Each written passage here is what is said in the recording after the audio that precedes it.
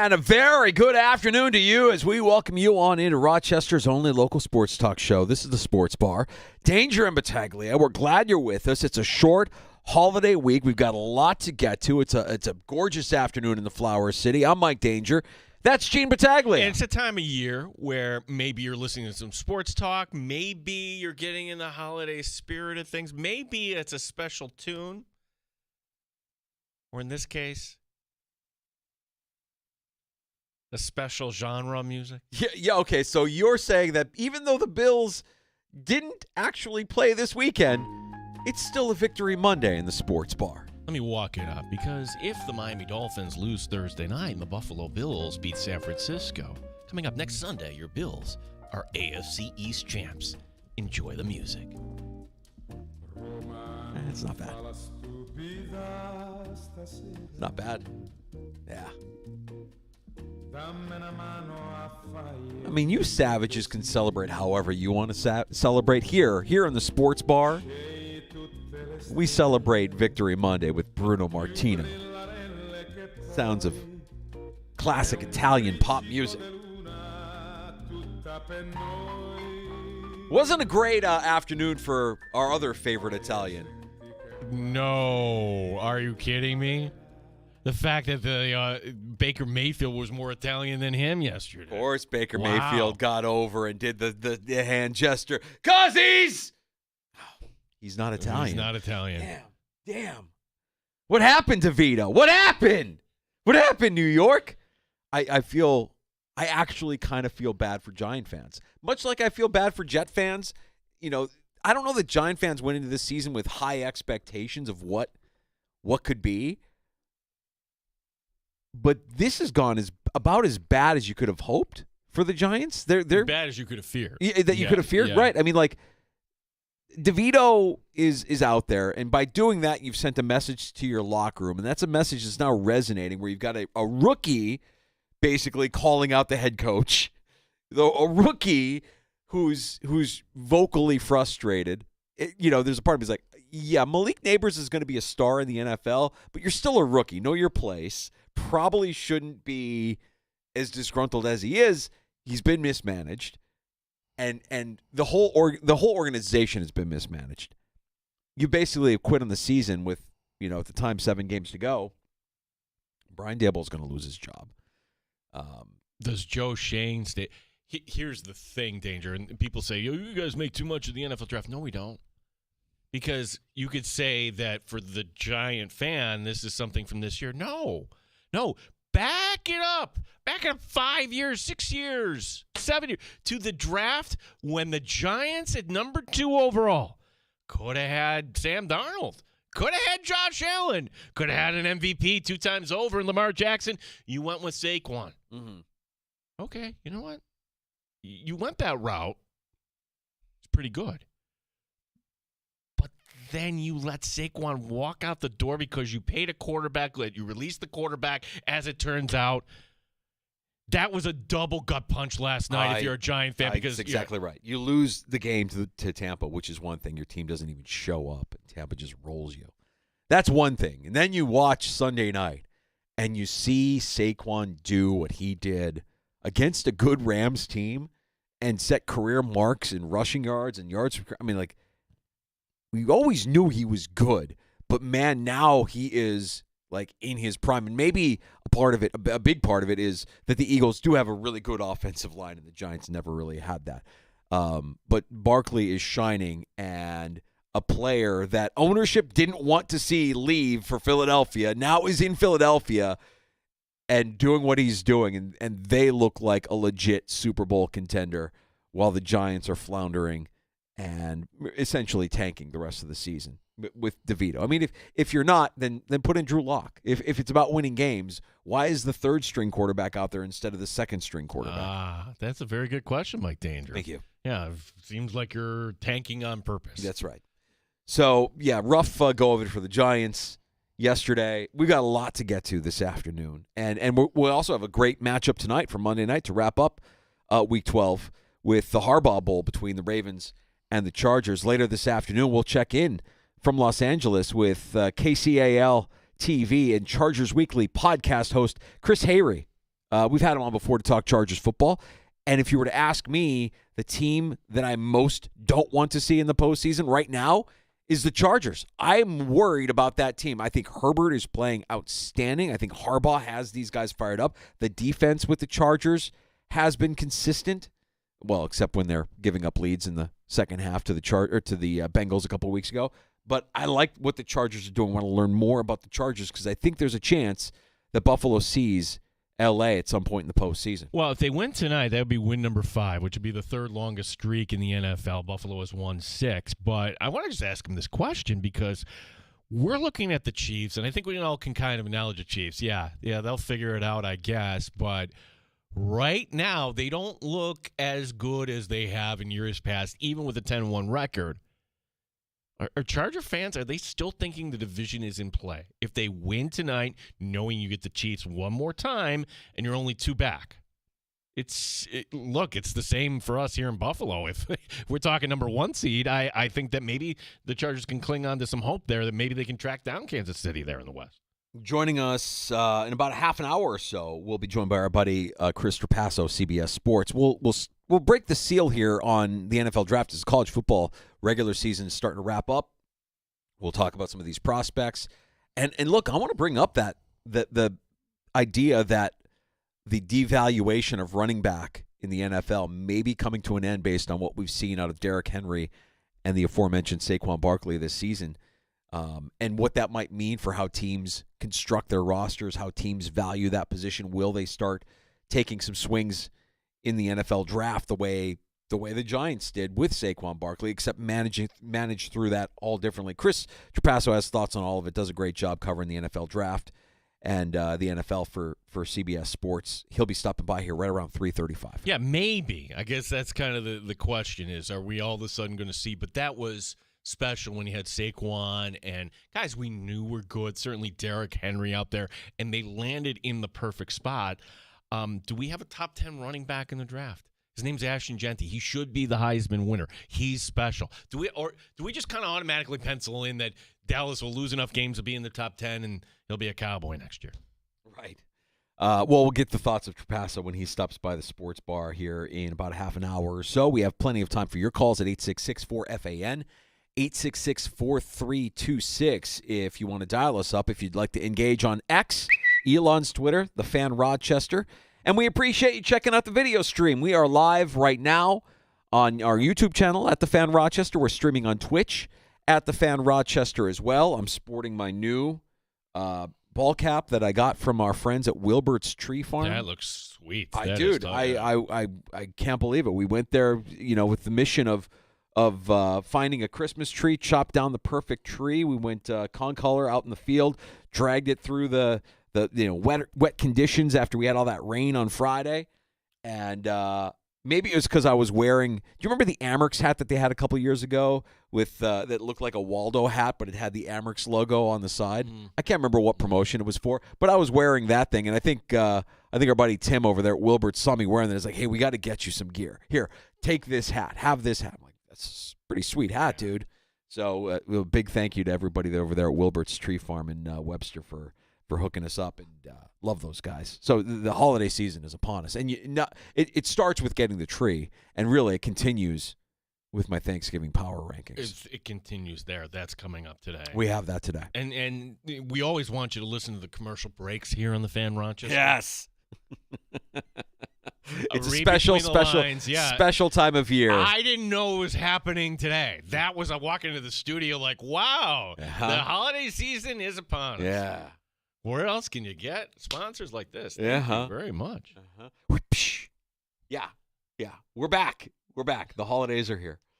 There you go. The table is set. We'll have a round of shots as well coming up during happy hour after 5 o'clock. Special thanks to everybody who came out to Three Heads on Friday. It was fantastic. We enjoyed some of those Nighthawk Hazy IPAs. Team came out. Thank you to everybody. It really was a great way to kind of head into the holiday week here. It really was. Our gracious host at Three Heads, the Rochester Nighthawks organization, bringing by some players.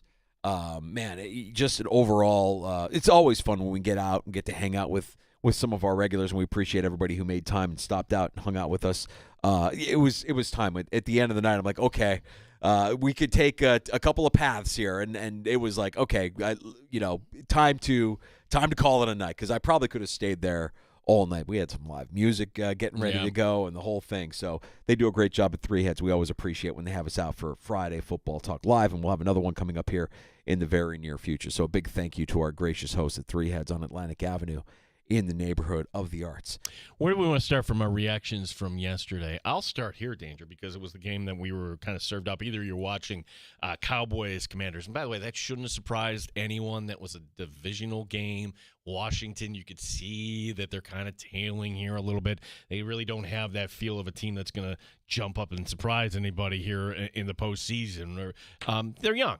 No, I'm talking about the Chiefs and Panthers, and it was a fun game for unexpected reasons. Here's this little pesky Panthers team that all of a sudden is putting it together. But I'm watching the arm of Bryce Young, and oh gosh, the light bulb might have come on here. He's not making the throws. He's making the anticipatory throws where the receiver hasn't made his break. I know where he's going to be. It's a tight window, and there's some velocity on the ball when he's throwing it. So for the first time yesterday, I'm like, oh, that's why this guy was selected number 1 overall. Yeah, I think he's got a good coach that can get something out of him as well, and Dave Canales, who kind of resurrected Baker Mayfield last year in Tampa Bay. And if he could do the same thing with Bryce Young and make the most out of a player who's a little smallish in stature and maybe doesn't have the bazooka of an arm that you see other quarterbacks in the NFL have, it's encouraging if you're Bryce Young. And sometimes maybe it is that down period where you feel like you're at your bottom, where you dust yourself up, you get back up, and you go. I mean, to see what Sam Darnold has become this season has been encouraging. And to know that in any given system, the quarterback can perform at a level that is acceptable and actually make something of it, even though you thought, then that guy's washed. That guy's done. Like, imagine Daniel Jones lands with another team and somewhere down the road gets another chance to be a starter. It's not out of the realm of possibility. In the right system, maybe Daniel Jones gets more for his new team than he would out of the Giants. I can't rule any of that out, because we've seen this now time and time again, where a quarterback that we want to write off resurrects himself. Some of them don't, but some of them do. Anthony Richardson had a nice game against the Jets last week. This week, you don't win against Detroit, but I don't think there's any reason to be alarmed about Anthony Richardson moving forward. This low point that they have to kind of live through maybe is what they need to appreciate what they have when they are out there on the field. It just kind of goes back to all right, for anybody that you do draft, and we'll get to this and I'll drink to that, because there's going to be teams that are going to be drafting quarterbacks. Are you doing what you should in terms of building that environment, whether it's the offensive line, of course, the coaching? Hey, having another quarterback in the actual room. I mean, the Bills whiffed on parts of those, did they not? Brandon Beane talks about how he made that mistake, and then they bring in Derek Anderson the year that Josh Allen was a rookie and ended up getting hurt. So that's why when I look at the Carolina situation, all right, they brought in Andy Dalton, but it doesn't help when you're making coaching changes here in year number 1 with Frank Reich being let go, but maybe they did find the right guy down there in Carolina. So that was a little eye-opening for me yesterday, that, okay, maybe there is something. But if we're calling it for what it was yesterday, Danger, it was just not a Sunday where, oh my gosh, I can't wait to talk about this with my friends here on Monday, because we had all these bye week issues. The Bills aren't playing, and some of these games are not competitive. And in that window that is the best every week from 3:30 to 4:30, when you have everything exploded. Yeah. And it was crazy. Yeah. So it still was okay yesterday. Yeah, I thought the ending of the Cowboys Commanders game was just berserk. I mean, to see the amount of points that were scored in the final 8.5 minutes of that game, to think that the Commanders did it again, only to have an extra point missed after the Terry McLaurin touchdown. I mean, if you're a Commander fan, you're beside yourself over that. And thank you for not reaching out to me and sending condolences my way. I mean, all the Bears did was score 11 points in less than a minute just to blow it in overtime and have the supposed strength of the team, the defense, kind of choke away and give Minnesota walk-off win. So again, once again, the Bears finding just new creative ways to rip our heart out as fans. I spent part of my weekend, maybe somebody else did this too. Get up Saturday morning. Oh, hey, catching the beginning of Bills Chiefs, and that was a game. Certainly, if you're a Bills fan, you want to rewatch. Here's one point coming out of this: does Tremaine Edmonds make that interception at the end of the game? I mean, the one that Bernard made. Yeah, we don't talk for all the, hey, he doesn't make splash plays. He doesn't do this. He doesn't do this. Like Terrell Bernard over Tremaine Edmonds, I don't think we talk about that enough here. Do you want me to bring it up? Because Tremaine Edmonds is the same player in Chicago that he was in Buffalo. It's not like he's gotten better. It's not that he's gotten more physical. On occasion, and this happened yesterday, on occasion you'll see him make an athletic play where he tips a ball or he uses his size to his advantage. But the majority of the time, you see a guy who's out of place, who can't shed blockers, who just isn't as physical as you would expect somebody with that frame to be. And it's maddening. It's absolutely maddening. And so, yeah, the Bills were right to move on from Edmonds at the time that they moved on from Edmonds. He didn't live up to the level of play that they expected out of him. And at some point, you're going to have to deal with Terrell Bernard. And what do you want to pay Terrell Bernard? And what do you want? What is that worth to you to have him, a third-round guy? Mm-hmm. You know, a part of it might have been that Edmonds was a first-round guy. But when you see Edmonds on the field, size and athleticism aside, he's not a first-round talent. He's just not. And the Bears' defense, honestly, he doesn't make the kind of impact you would expect him to make. It's the same story as when he was in Buffalo. It hasn't changed. Sorry to kind of bring that up. No, it's frustrating. I think it was a good time when you're talking about the Bears. Yeah. Like, all right, it's frustrating. And I think you did upgrade with Bernard. It's weird to think that a smaller guy, you know, that maybe isn't as athletic a freak as Tremaine Edmonds is, would be an upgrade. He's definitely an upgrade. Now, I don't know how that works when you're trying to tackle Derrick Henry. You know, Bernard's going to have to, you know, up his physicality with some of his play down the stretch here, especially, you know, as things get more physical into the postseason. But you know, if you're coming to me saying, "Hey, is Edmonds doing well in Chicago?" I'll be like, Edmonds is doing in Chicago what he did in Buffalo, which isn't much. He's just there. He's not much. Maddening. So maddening.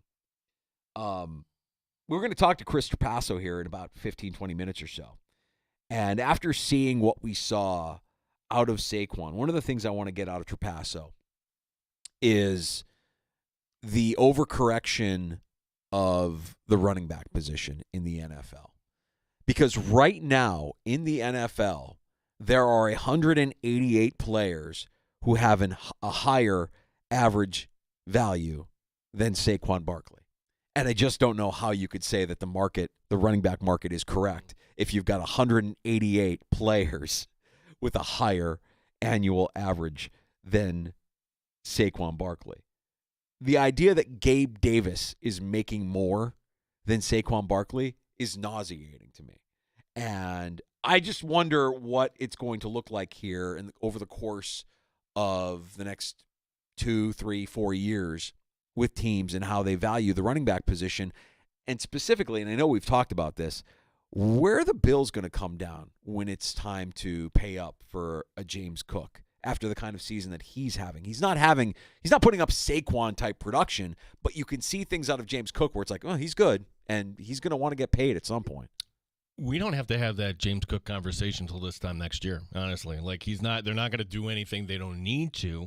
Just for fun, I pulled up the free agent running backs next year, and the guys that you're mentioning got underpaid, I do believe. But I can't see any team, doling out money for James Conner, Aaron Jones, Nick Chubb, Javonte Williams.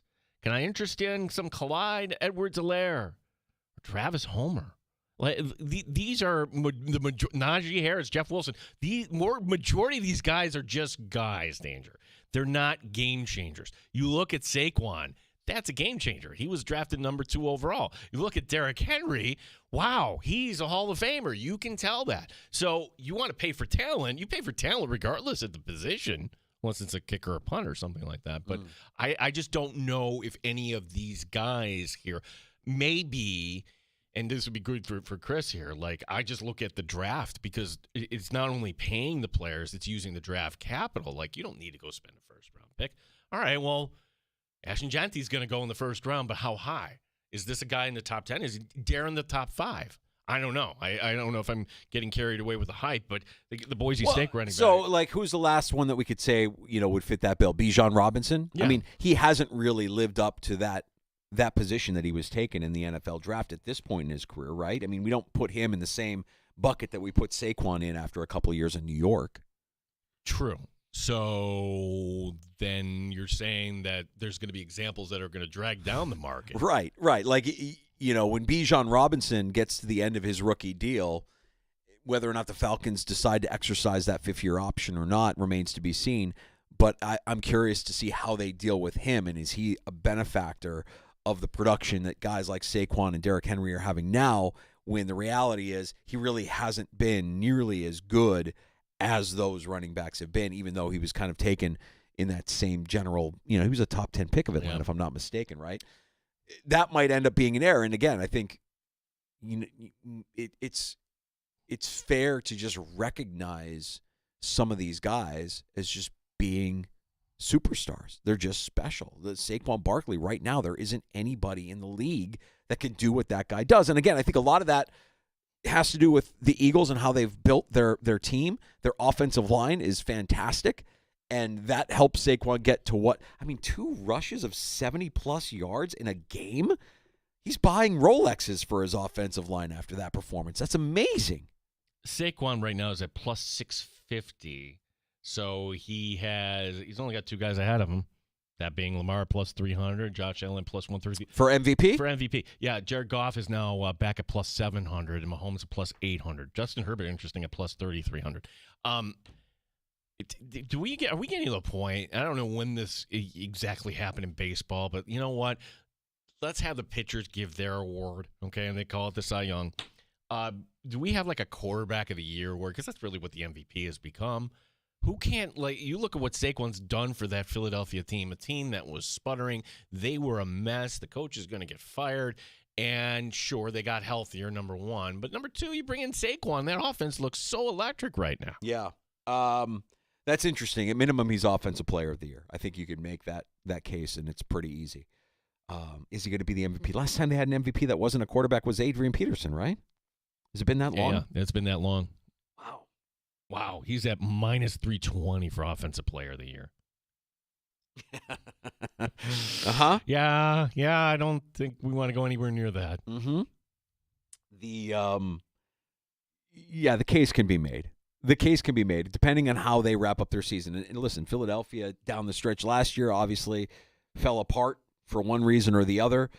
I don't know that I see that happening this year, that there might just be enough around Nick Sirianni in terms of his coaching staff where the dysfunction of last year seems to be gone. I mean, you've got a good offensive coordinator in Kellen Moore. You've got a good defensive coordinator in Vic Fangio, and you've got playmakers on both sides of the ball. So hard for me to say that the collapse of the Philadelphia Eagles is going to happen similarly to how it did in 2023. And right now, it's them in Detroit and really everybody else in the NFC. It's one of those 2 teams in the Super Bowl. I will say, though, after yesterday's game and the way they won, and the way things are going, if there's a team that's kind of lurking or farting around that could rise up and win their division, and I don't know that it's going to amount to them being a Super Bowl team, keep an eye on Tampa. Keep an eye on the Bucs, because I think the Bucs could still win the South. And I think the Bucs, the team that has gone into Detroit, has beaten Detroit this year. They're not afraid of anything, man. And part of why I'm saying that is the Bucky Irving rush, where maybe you saw the highlight, and Baker Mayfield is all the way downfield throwing a lead block for his running back. And I see things like that, and it's one play, and it's a small example, but it matters so much, and it galvanizes a team so much to know that your quarterback is that dude who is going to do that. Man, the vibes have to be great right now in Tampa. I like Tampa out of the South. I don't care what happens with Atlanta. I think Tampa's winning that division. They're 5-6. Yeah. 5-6, so you're calling your shot there. I'm saying Tampa wins that division. I just like what they're doing. I know they've been inconsistent. I know they've got injuries, but that team could. I wouldn't want to play that team right now. That team could surprise a lot of people. They've got talent on both sides of the ball. Their lines are both offensive and defensive are nasty. Let's take a look at their schedule, shall we? Boy, the December thing is throwing me off. Forgive me. It's late November. Yeah, by the way. We haven't seen wow. snow, and it's late November. Yeah, wait a second. This isn't real. Oh, yeah, it's real. That's where we are. This week, Tampa and Carolina. Win. They're home against the Raiders. Win. Raiders don't. Who's going to be their quarterback? O'Connell. Aiden O'Connell, yeah. I guess that's Tampa, the Chargers. That's a toss-up for me. This is Sunday Night Football. Tampa at Dallas. Win. Carolina at Tampa. Win. Tampa at home against the Saints. Win. They're going to take 5 of 6. They could take 5 of 6 down the stretch. Yeah. So that would put them at 10-7. That would win them the division. And there would be a hot team going into the postseason that I don't think anybody would want to face. I think that still they would get smoked by Green Bay or Minnesota or whoever. Maybe Maybe smoked is too strong word. Yeah, I but think Tampa. I think Tampa could compete with the teams in the North, and I think they would give Philadelphia a pretty good fight. I think Philadelphia will be the team that could get over on Tampa in the postseason if we're just kind of projecting what it all looks like. Is there a team like that in the AFC that you have in mind that you're? I mean, like maybe it's the Chargers. No, it's the Chargers. Yeah, clearly it's the Chargers. I mean, the Chargers. I mean, I don't think they're out of the divisional race. Honestly, we're so fixated on the number 1 seed.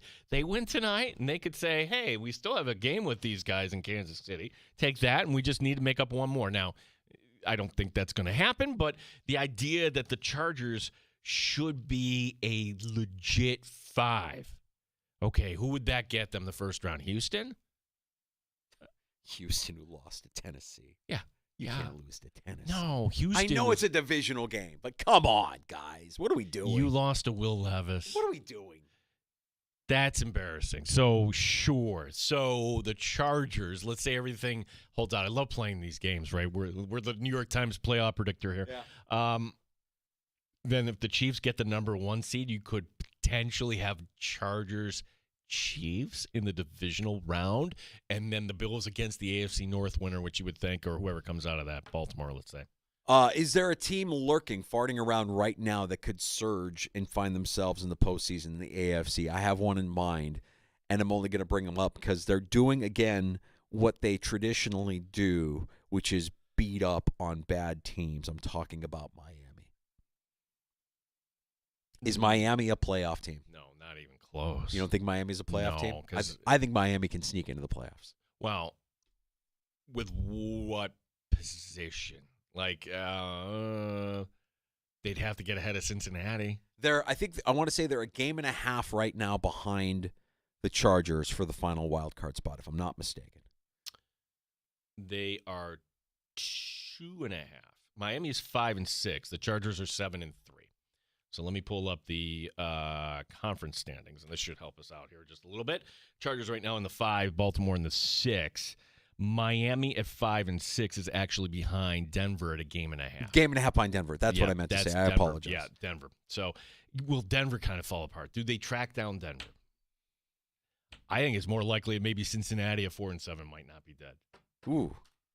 Now is the time of year where we got to start looking at the schedules like we did with Tampa and kind of see like we got to call our shots here. Who's going to come out of this? Who's going to win? I mean, the Dolphins don't have to face the Bills again. They're going to do what they always do, which is beat up on bad teams, struggle against contenders. They don't go up to Green Bay and win this week. You don't think so? Short week, no. You don't think so? No. Cold weather, nah. Thanksgiving night. They fall to 5-7, I predict. Okay. Well, if they lose in Green Bay on Thursday night, then I would say that's probably. You just want a man for the comedic value. I think it'd be great. Yeah. I think it'd be hilarious. Yeah, absolutely. Let's see Mike McDaniel and Tua back in the postseason. Let's see if Miami. Come on up. If you guys can pull it together, they deserve to be in the postseason after the way their season started, as bad as they looked, some of those games. Ugh. Yeah, let's see. I mean, he's coaching for his job, right? If they don't make the postseason or if they finish with a losing record, McDaniel's out with that organization. I don't know. Feel like you got an right, impatient owner. He's a jock sniffer though. Yeah. He would want like a big name. Like he'd be the type of guy that would call Bill Belichick and say, "What do you want?" Mm-hmm. Yeah, possibly. Boy, a lot of chatter around Belichick and the Cowboys. Cowboys win, and they're still talking about who's going to coach the Cowboys next year. It's the best. You know what would be really good if you brought in your box wine before we left for Christmas. I'm not doing that. I'm still feeling good. I still feel like he's very good at he's found a new path. His media path is great. We got to get to Chris Passo, who's going to join us next. And the Thanksgiving Power Rankings are coming out. Peter just submitted his top 10. We'll share. We'll share that just after 4 o'clock. Chris Passo, CBS Sports, joining us next on The Fan.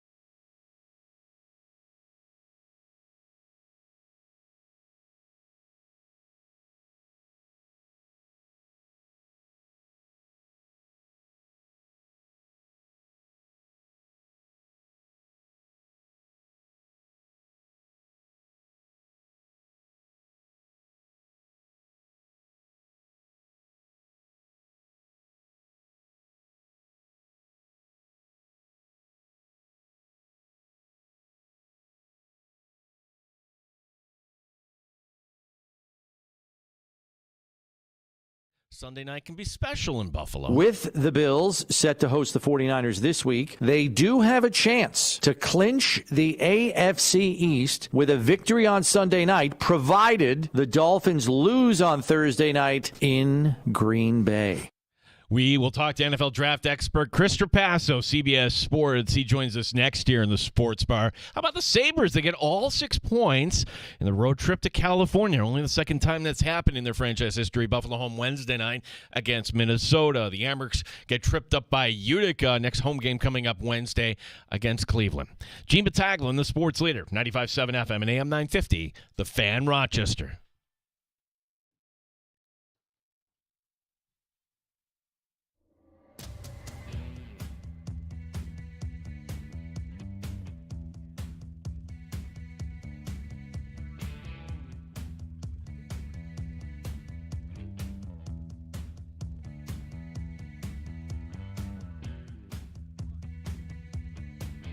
Hey, let's check in with our pal Chris Trapasso. You can read his work at CBSSports.com, doing great work with the NFL draft, covering the NFL, and just love talking Buffalo Bills and ball with Chris Trapasso, who joins us now. It's good to have you on with us, buddy. Glad we could set this up, and thank you for making some time for us. One of the things we wanted to talk about, and you saw the game last night. I think we all saw what Saquon Barkley did to the Rams last night.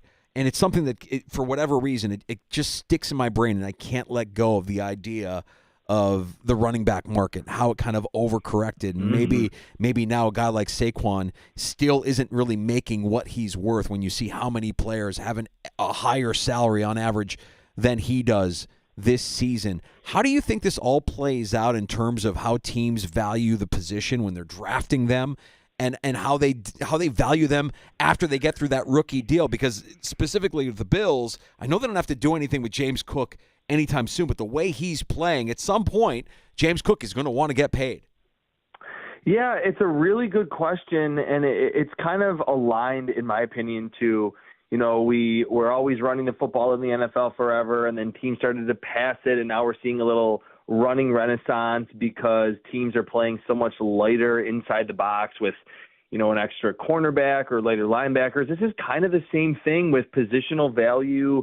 And beyond Saquon Barkley, Derrick Henry, Josh Jacobs has run really well in Green Bay. There's been like 3 or 4 higher tier running back signees with new teams that are making a fair amount of money but have been very productive for their teams. I think the key with this is if you know that your offensive line can move people and you can sign someone like a Saquon Barkley or a Derrick Henry, which I think in the case of Philadelphia and Baltimore, they know their offensive lines, the scheme is good, then it really could be worth it on a 1 or 2 year pack to sign an elite level running back that is going to get even more than what is blocked for him. And I think the Bills are kind of showing that too. Like you mentioned, James Cook had a good season last year. This year, the offensive line is playing probably better than it ever has in terms of the run blocking, and James Cook already has 10 touchdowns. Ray Davis has made plays. Ty Johnson has made plays. So for a handful of teams that know they're good up front, if you can get that running back that can hit 70-yard touchdowns like we saw from Saquon Barkley, or we've certainly seen James Cook hit some long plays in his career with the Bills, Derrick Henry the same in Baltimore, then maybe teams are going to start to realize it can make sense to maybe not, you don't sign someone for a 5 or 6 year deal, but even after that rookie deal, maybe if you're trying to contend for a Super Bowl and you're, concerned about November, December, January weather, then it may actually make sense to sign someone that's near the top of the running back market if you have the cap space available. What about the draft capital at the running back position, Chris? Because we've seen a few teams spend a first rounder. Bijan Robinson, Travis Etienne didn't exactly work out here on his rookie deal. What about Ashton Genty? He could very well be the Heisman winner out of Boise State, but where do you project him? Could he go possibly even top 10 in this draft, Chris? He could go top 10. It's all going to come down to his workout because on the field, the contact balance, power, vision, he's hit some long runs. It's all there just from watching the film, and it seems like a consensus. That's not me going out on a limb with that. If he runs, reasonably well, like Saquon Barkley ran 4.4 flat at 230 pounds. Like, that's what pushed him inside the top 2 in the same draft class that Josh Allen and Lamar Jackson went in the first round. So if he tests, runs well under 4.5, has a vertical, well above 30 inches, then we probably could see maybe a team like even the Dallas Cowboys that could pick him in the top 10, top 15. Overall, for as much as I just said everything about, this free agent running back class paying a lot of dividends for some of these teams that are near the top of their respective conferences, you still have Tyrone Tracy, who's run well in New York with the Giants. You have Bucky Irving, a 4th-round pick, running well for the Buccaneers. We know Ray Davis, when he's been given the opportunity, 4th-rounder, has been very efficient, side-to-side running, making guys miss in space for the Bills. Chase Brown, 6th-rounder a few years ago for the Cincinnati Bengals. Jordan Mason, before Christian McCaffrey returned for the 49ers, undrafted out of Georgia Tech and was leading the NFL in rushing, was good individually too, was making a lot of defenders miss. Yards after contact was high. So I don't know if what we've seen from Barkley and Jacobs and Derrick Henry will really move the needle a ton with now all of a sudden we're going to start to see running backs go in the first round again.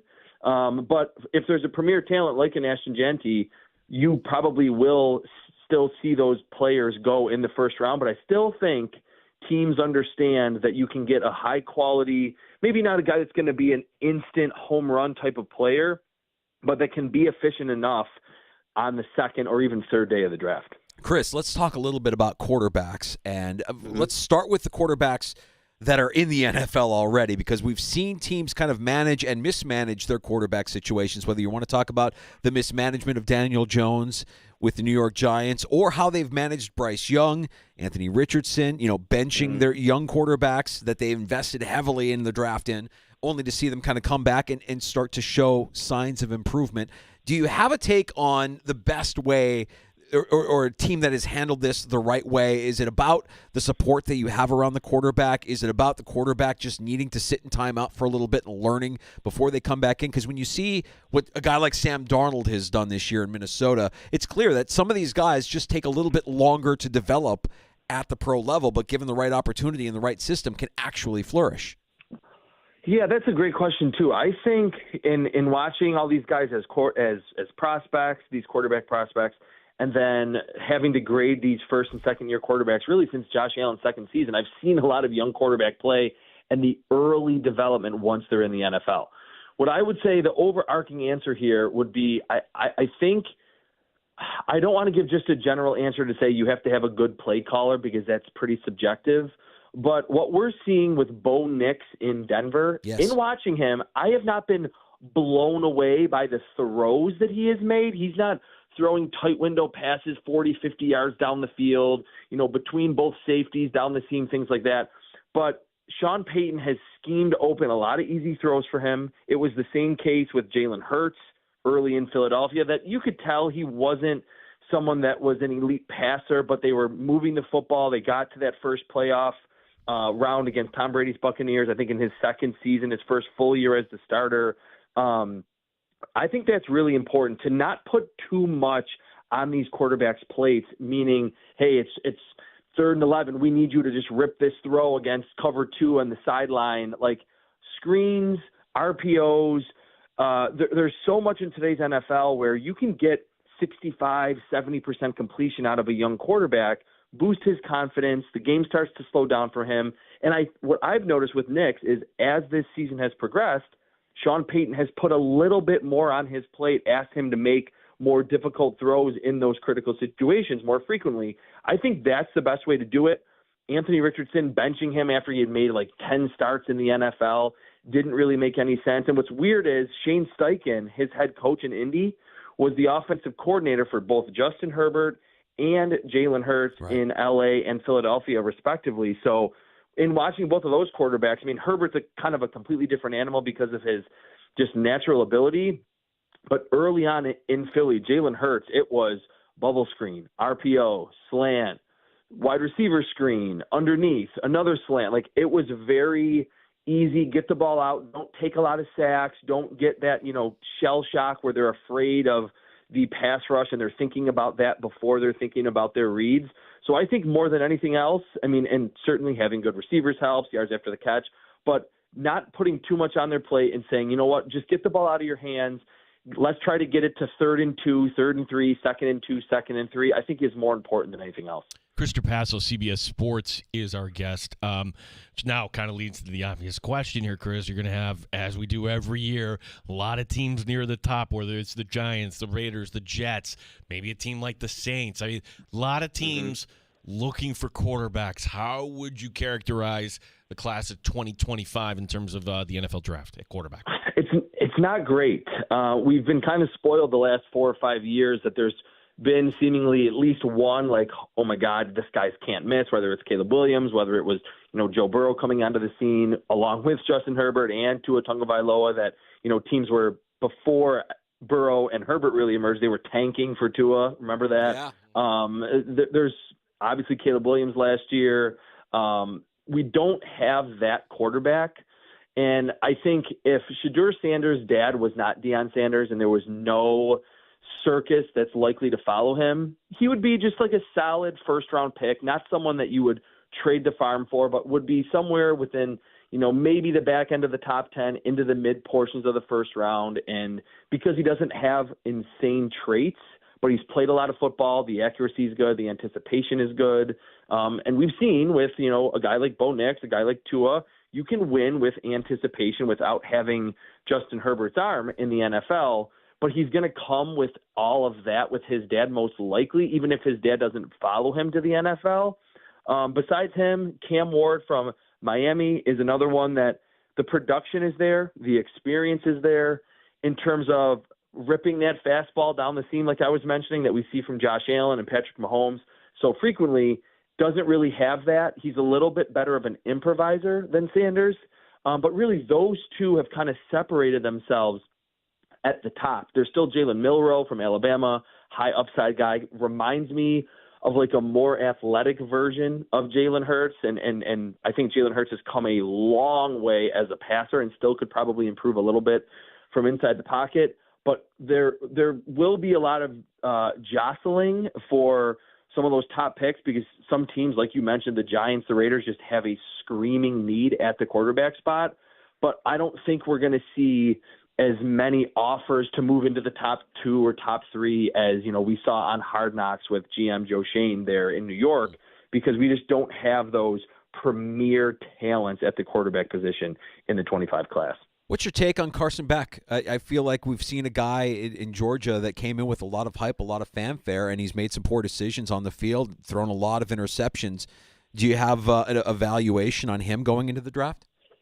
Yeah, it's not concrete yet because Georgia still has to play some pretty big games down the stretch, SEC title game, college football playoff. We'll see how he plays against stiffer competition. But like you mentioned, in some of those key games, he was not great against Alabama and then was awesome in the comeback and then ultimately couldn't get it done down the stretch.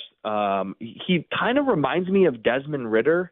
I don't know if he's quite as athletic as Ridder, but just the arm talent is pretty good. It's not great. The decision-making at times looks awesome. And then a lot of times you're scratching your head like, how did he not see that underneath defender, or that was clearly cover 2? Why would he try that sideline throw down the sideline? Things like that. So he's someone that I think some teams might view him as a first-rounder, and then I could see other teams being like, this guy's a day 3 pick. So he was one. Quinn Ewers, another one at Texas, that came in with a fair amount of hype, like you mentioned, but I wouldn't say have necessarily lived up to that hype. And we really haven't had that surprise, Kyler Murray or Joe Burrow or Zach Wilson that has come out of nowhere to kind of elevate themselves inside the top 5 or 10 picks in next year's draft. Chris, long way to go before we get to the draft. And the last one for me, but this Bills roster, I think it's special. We could say, okay, what is the need that this team has? And I don't think there's anything that's really glaring, but how would you rank the needs for this Buffalo Bills team? Is it another wide receiver, assuming Von Miller, maybe they move off over there? Are you looking back at a pass rusher? What are the needs for Buffalo in 2025? Yeah, that's a good question too. I think probably edge rusher. I'm saying that with the kind of philosophy that's unchanged for me that they could probably always use another receiver. I think that's the case with almost every team in the NFL. And that obviously hinges upon what do they do with Amari Cooper? Was he just a rental? Are they going to sign him to a 1 or a 2 year deal and let him play out his career in Buffalo? So either receiver or edge rusher. The receiver class doesn't look amazing, but the edge rusher class is very, very good and deep. I think we could see, I mean, it's super early to say this, but I think we could see 5 to 7 edge rushers go in the first round in next year's draft. It's just a really good group. Early on-ish, that seems to be one of the strongest positions in the draft. Like you mentioned, Von Miller, probably his last season in Buffalo. A big decision that I think the Bills will decide to re-sign Greg Rousseau, and he's deserved it. A.J. Epinesa has been serviceable, but not really moving the needle. They draft Javon Solomon. They have Dwayne Smoot. They have some other, insurance or depth pieces, but another marquee edge rusher I think could be key to this team. Building what you're mentioning is already one of the best rosters in the NFL. Chris, thanks for breaking the NFL draft seal for us here in late November. I think when we were in the drought era, Bills years, I think we would be breaking it probably like mid-October.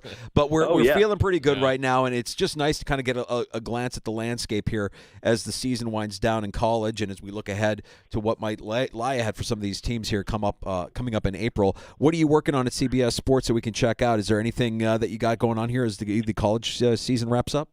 Yeah, well, actually, a lot. I mean, I'm definitely starting to dive into scouting reports and some preliminary grades, but a lot of analysis of these young quarterbacks that we talked about at the beginning here. Like C.J. Stroud's been in a little bit of a slump the last 4 games. Really, post Bills game, where in that second half he was not great. Since then, Stephon Diggs goes down. He didn't have Nico Collins for a while. I'm going to be evaluating just what's going on in Houston. I wrote about Jaden Daniels having a little bit of a downturn.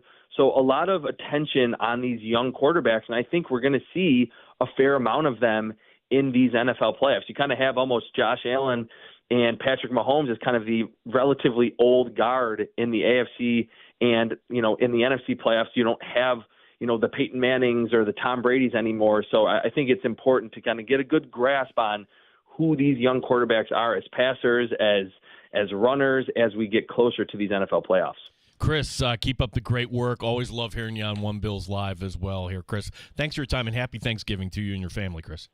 All right, guys. You too. Thanks. There is Chris Trapasso, CBS Sports, our buddy, joining us here in the sports bar, talking a little bit about the quarterback position, the valuation of the running back position, and just taking a little peek-see at the 2025 NFL Draft. Hearing his comments on the quarterback draft class, and maybe by the time comes around, we'll talk ourselves into, or the hype machine will get more quarterbacks toward the top. But boy, it's a good year to be a free agent like Sam Darnold is.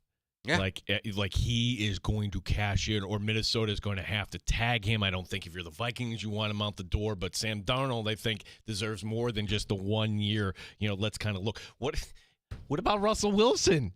That was a 1-year flyer too. Right. There's going to be some guys that are going to get paid. Like, really? But look at the options out there. I could very easily see Russell Wilson landing with the Raiders or something like that. We'll be joined by Chris Hayre of KCAL TV and the Chargers Weekly Podcast. A little preview of tonight's Monday night game between the Chargers and the Ravens, the Harbaugh Bowl, and talk a little bit and learn a little bit more about a team that could find themselves in the postseason and maybe an obstacle for the Buffalo Bills here down the stretch as they look towards the postseason as well. Next in the sports bar, Peter's already submitted his. I know that there's a lot of controversy and a lot of divisive opinions. It's time for the 2024 Thanksgiving Power Rankings. And if you're wondering, do I know what's coming here from Danger? The answer is no.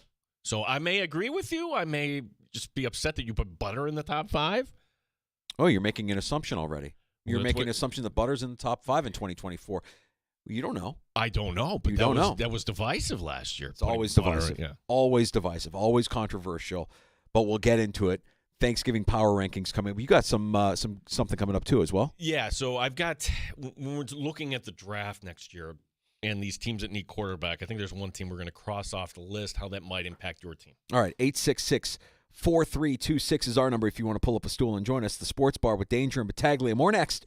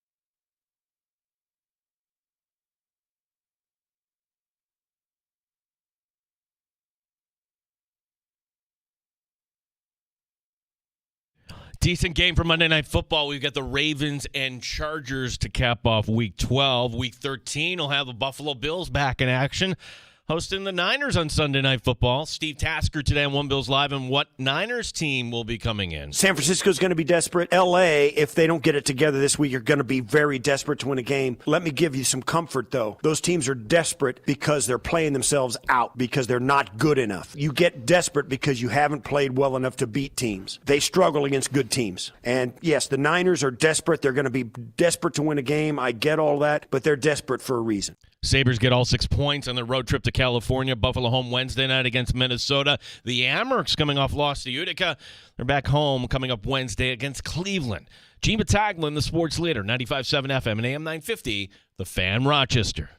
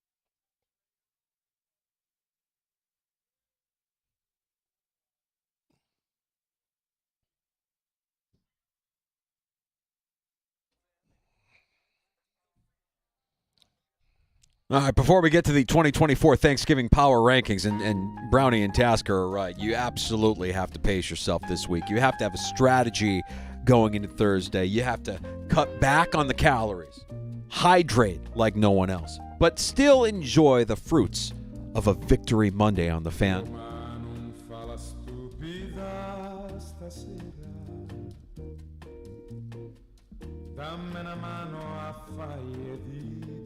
I mean, technically they didn't lose, so. No, we should play this holiday week.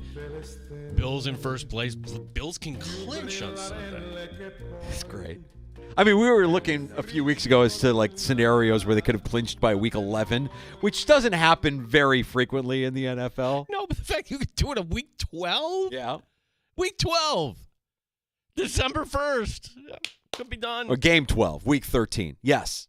Right. Yes. Right. Week 13, yeah. But absolutely. I mean, hey, look, the rest of the division just hasn't been up to speed. And even though you have Miami kind of doing what they always do, which is beat up on bad teams, the Jets coming out of a bye, do you have any hope for them? I mean, like, there's chatter that they might release Aaron Rodgers before the end of the season. My God. I think this is hilarious. Like the Jets, okay, we're going to do our executive search. This happens a lot, right, in big business. Yeah. Like we need to make sure we're getting this. Let's hire an outsource the hiring firm to lead us to our next leader. It's owned by the former Jets GM, Mike Tannenbaum. Mike Tannenbaum is going to be leading the search for your next GM? Uh-huh. Danger, can I just make a prediction? How hilarious would it be? Okay, after searching far and wide, after talking to dozens of qualified candidates, we thank all the men and women who applied for this position.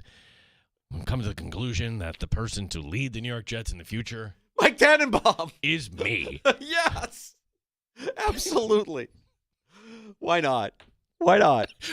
Like, who's leading the next? Brandon Beane leaves. You know what? We need Tom Donahoe to lead the GM search. Hey, if you want to know how bad it is around the rest of the NFL with some of these struggling teams, I sampled a little bit of Chicago sports talk radio. You know what they're talking about in Chicago? They're talking about trading for a coach in 2025. What would it take to get Sean McDermott to leave the Buffalo Bills to come coach Chicago? I mean, like, this is how delusional they've become. Wow. Like, they really, really are that desperate for somebody to come in and lead that organization to the point where they're like, it hasn't happened, it's unorthodox, but why not trade for a head coach? A head coach that you think is good, that you don't really know if they're really committed to where they are. You could get them for more money. Or I'm like, Okay, so again, you're not paying up your box wine bet with me because We need to see this through right to the bitter end.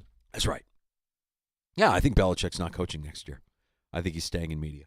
I think if a team were to hire Bill Belichick, it's a fool's errand. I don't think that there's any reason for them to do that. Yes, he's a very good head football coach, but you're going to ask him. The teams that are struggling are going to ask him to rebuild, and he kind of showed us after Brady left that he doesn't really have that ability. I think he knows football. He can certainly scheme up things, but when it comes to building a coaching staff, that's going to be a problem as well.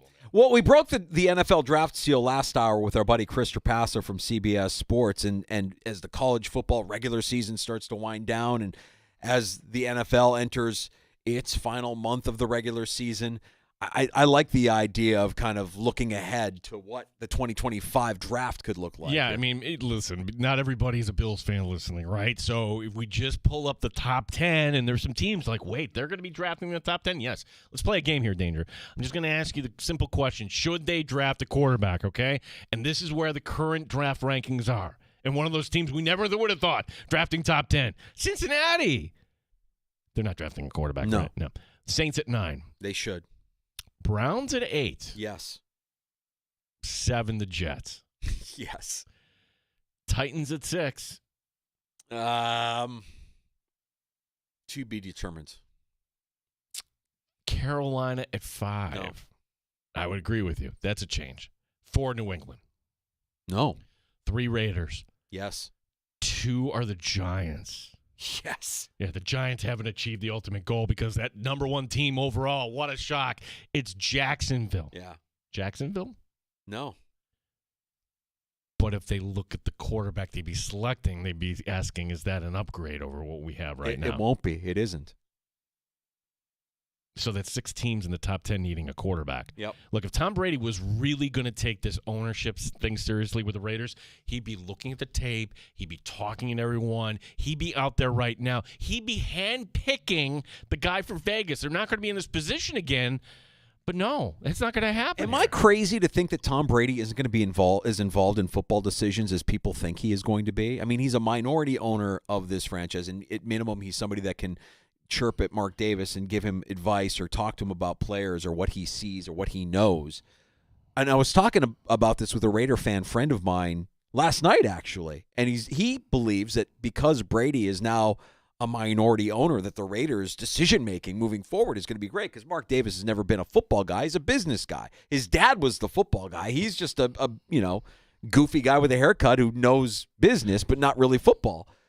And I keep thinking to myself, that sounds great in theory, but at the end of the day, it's still the ego that's going to play out. And this is the guy that owns the team. This is the guy whose name is associated with the Raiders forever. Are you really going to shelve your ego if Tom Brady says this is a good move or this isn't a good move? And by the way, how do we know that Tom Brady is good at this? Mm-hmm. Because he's never done it either. I mean, he's a great player. No question about that. Well, if we're going to go for Brian, here's my review of Tom Brady, and I haven't gotten to watch many games this year, Tom Brady, in real time because, well, I'm in Buffalo for half of the weeks, right? So yesterday, I think it's just as simple with Brady. For all these years where you and I have been watching football our lives, what's he been doing the last 20 years? He's not watching football on a Sunday. He's playing in the game.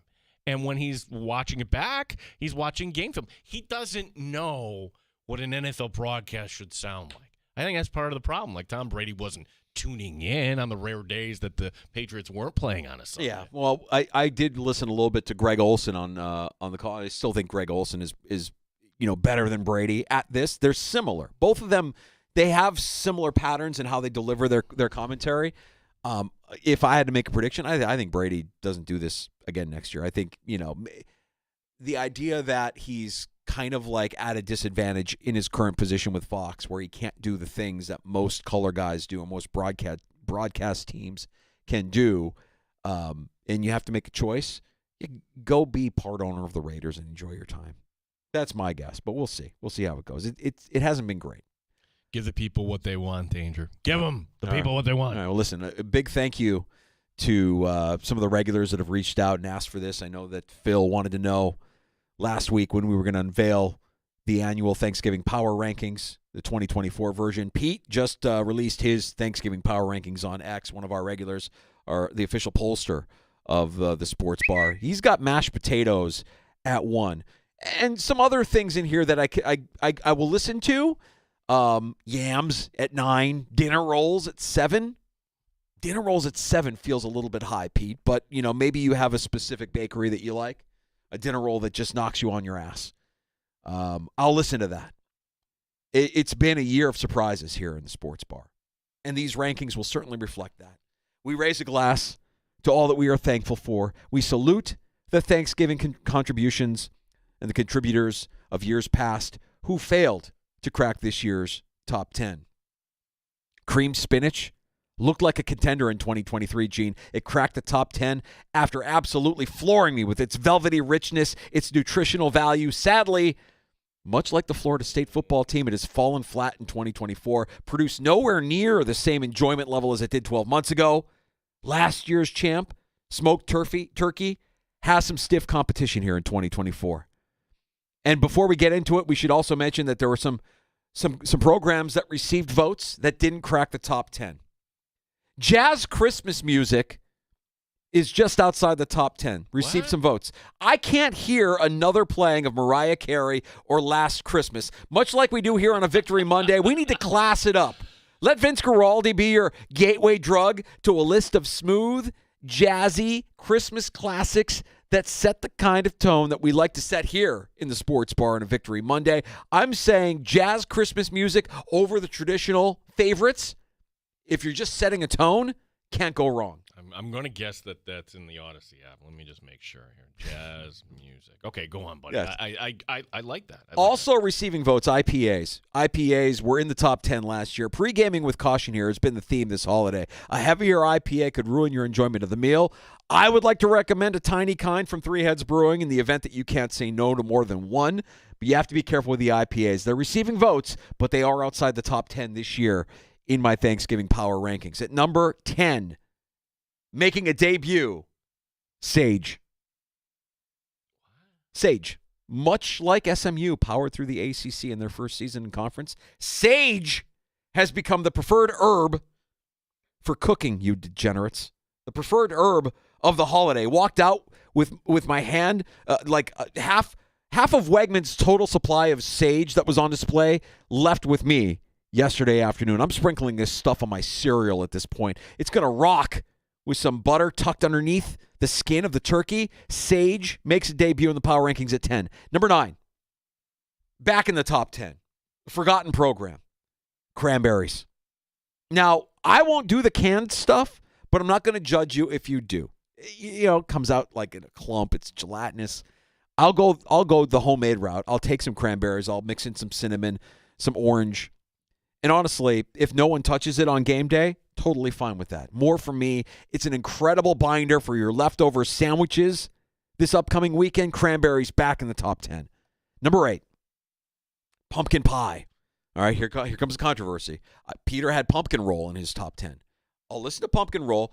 That's more if you're a cake guy. If you're a pie guy, pumpkin pie at number 8. Up slightly from last year. Last year they were number 9. And that's due mainly to the strength of whipped cream, if I'm not going to lie to you, Gene. Cool Whip may find itself cracking the top 10 as an emerging program, but give me the Ready Whip right out of the can. We can't inject it directly into our veins, but the move of tilting your head back for that hit of whipped cream, it's a classic, and we've discussed it in the past. A lot of sweets, a lot of the food that we enjoy really are only vehicles for what we actually enjoy. If it's cake, it's frosting. If it's pie, it's whipped cream. Give me a solid mound of whipped cream with pumpkin pie buried underneath. Pumpkin pie number 8. Did I just hear tilt your head back like where you're going? That's the move. All the time.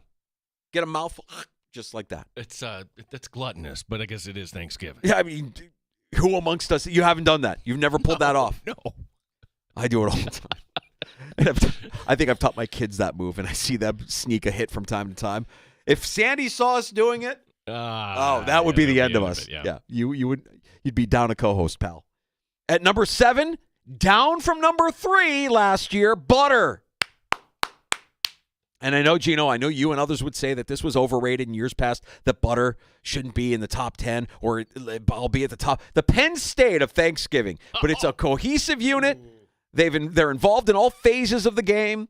There's a small part of me that wants to scale back a little bit here for obvious health reasons before common sense sets in. I have 18 sticks of butter in my fridge right now. They're good soldiers. They're ready to be deployed in a wide array. Down year. It's a down year for the former top 3 program, but they're still a powerhouse. We got butter at number 7. Mashed potatoes inching up to number 6, up from 10 last year after a rebuilding year. Last year was a rebuilding year for mashed potatoes. Let's call it what it is. Mashed is nearly back to its form as a top 5 team. Ooh, that means gravy has to be somewhere here, too. A little thyme, a little garlic. You infuse that in your milk with the aforementioned butter and enough salt to draw a pack of deer to my front door. Mashed potatoes are back in business 2024. Number 5, mac and cheese, building momentum. Going to have a strong run in 2025. I feel good about mac and cheese next year, but right now, number 5 on the list. I had an Orzo mac and cheese the other night with toasted breadcrumbs, and man, I almost passed out. It was so good. Adding bacon, another program much like whipped cream that is surging and could crack the top 10 next year. Adding bacon is a must. And number 4, down 2 slots from last year. Gravy, last year's runner-up. You wanted it, Gino? Here it is. Number 4, it's still licking its wounds after a disappointing performance in the leftover portion of the postseason last year. It's still elite. It just needs to be more than a game day staple. Need to see it hold up in overtime. We need more out of gravy after the final whistle. Number 3 on the list is smoked turkey. Last year's champ taking a dip in 2024. The Carson Beck of Thanksgiving items came into the season with a lot of hype. Some of it well-deserved. The production isn't as consistent as I'd like. This ranking is a reflection of that. Still love me a smoked turkey. It's number 3 on the list. It's just not number 1 on the list. Bourbon is number 2, Gino. Boo. I know. Boo. I got to fire you up. This is up from number 5 last year. 2024 has been a great year for this program. Some really good bottles in my arsenal ready to enjoy. But what better occasion than Thanksgiving to sample the infinity bottle that's been blending and melding since the middle of summer? It's the enthusiasm around that element that sees bourbon surging right now, and if game day results are suboptimal, don't be surprised if they fall off dramatically in 2025. Gene, I know that's what you're hoping for, but for 2024, bourbon is playing like a champion. Get with the program. Number 1, shouldn't be a surprise. It was number 4 last year. Stuffing, cracking the top 10, cracking the top 5, and reclaiming the throne is number 1 in the power rankings. I'll be honest, I haven't enjoyed stuffing to the extent a fan of this program should, but word on the street is that cornbread is more moist than in seasons past. I can't find heavy cream anywhere on a store shelf. That should tell you something. Stuffing is back in a big way for this season, and it may just freeze all leftovers and whip out with some stuffing for barbecues this summer, in the summer of 2025. Big congratulations to stuffing, back on top of the Thanksgiving power rankings. Let's eat. I can't argue with anything other than the number 2 there. You don't like bourbon. Well, you omitted something completely off the table. Like, what are you drinking with the meal? Where is the white wine here? Whether that's a Chardonnay, a Riesling, or a Gewurz. Yeah. Like, that should be it. You're not drinking a bourbon. It's not inclusive. Okay, that's the controversy here. For you, yes, that's fine. Well, Gewurz has made the top 10 before. You shouldn't be upset. And I don't know why Gewurz didn't receive any votes this year, but Gewurz it's an accessory. It's nice. It's not in the top 10. It's Bonaventure. Yeah, right. Right. Like, it's cute. right. Yeah, we like you. Yeah, it's cute. And the people that like it really like it. That's right. Yeah. We got to get to Chris Harry, KCAL TV, and the Chargers Weekly Podcast preview of tonight's Monday night game in L.A. with the Ravens and the Chargers, the Harbaugh Bowl, and we'll talk a little bit about what has made this Chargers team under Jim Harbaugh a contender this year in the AFC. He joins us next on The Fan.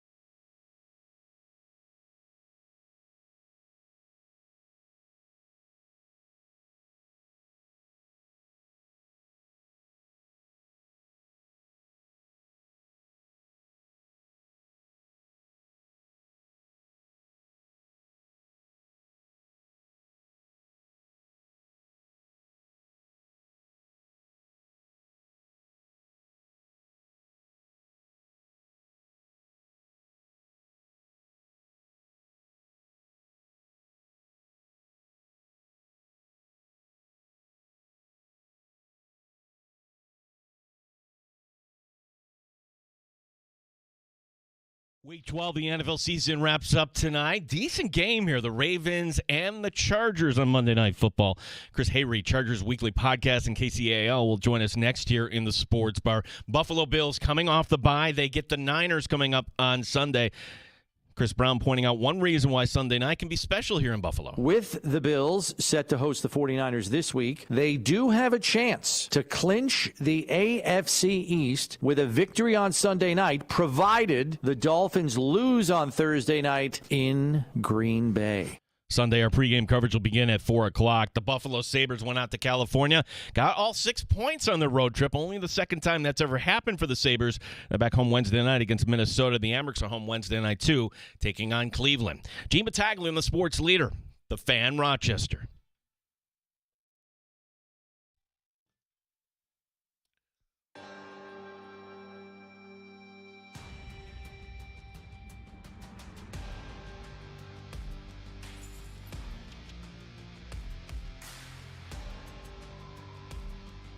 Chris Hayre, KCAL TV Sports, Chargers Weekly Podcast, joining us now in the Sports Bar as we look ahead to tonight's matchup, the Harbaugh Bowl in L.A. And we also kind of want to take a deeper peek here at what the Chargers have become under Jim Harbaugh, Chris. And I think, you know, there was a moment in that game when we last saw them against the Chargers where I think a lot of football fans were watching saying, oh, boy, the Chargers are going to Charger again. And it looked like it was going to happen. Yet they pull off the win against the Bengals. Is that the Harbaugh effect? Is that what was that? Because I think there is something about that moment to me that may signal that this Chargers unit might be different than what we've seen in the past. You know what, guys?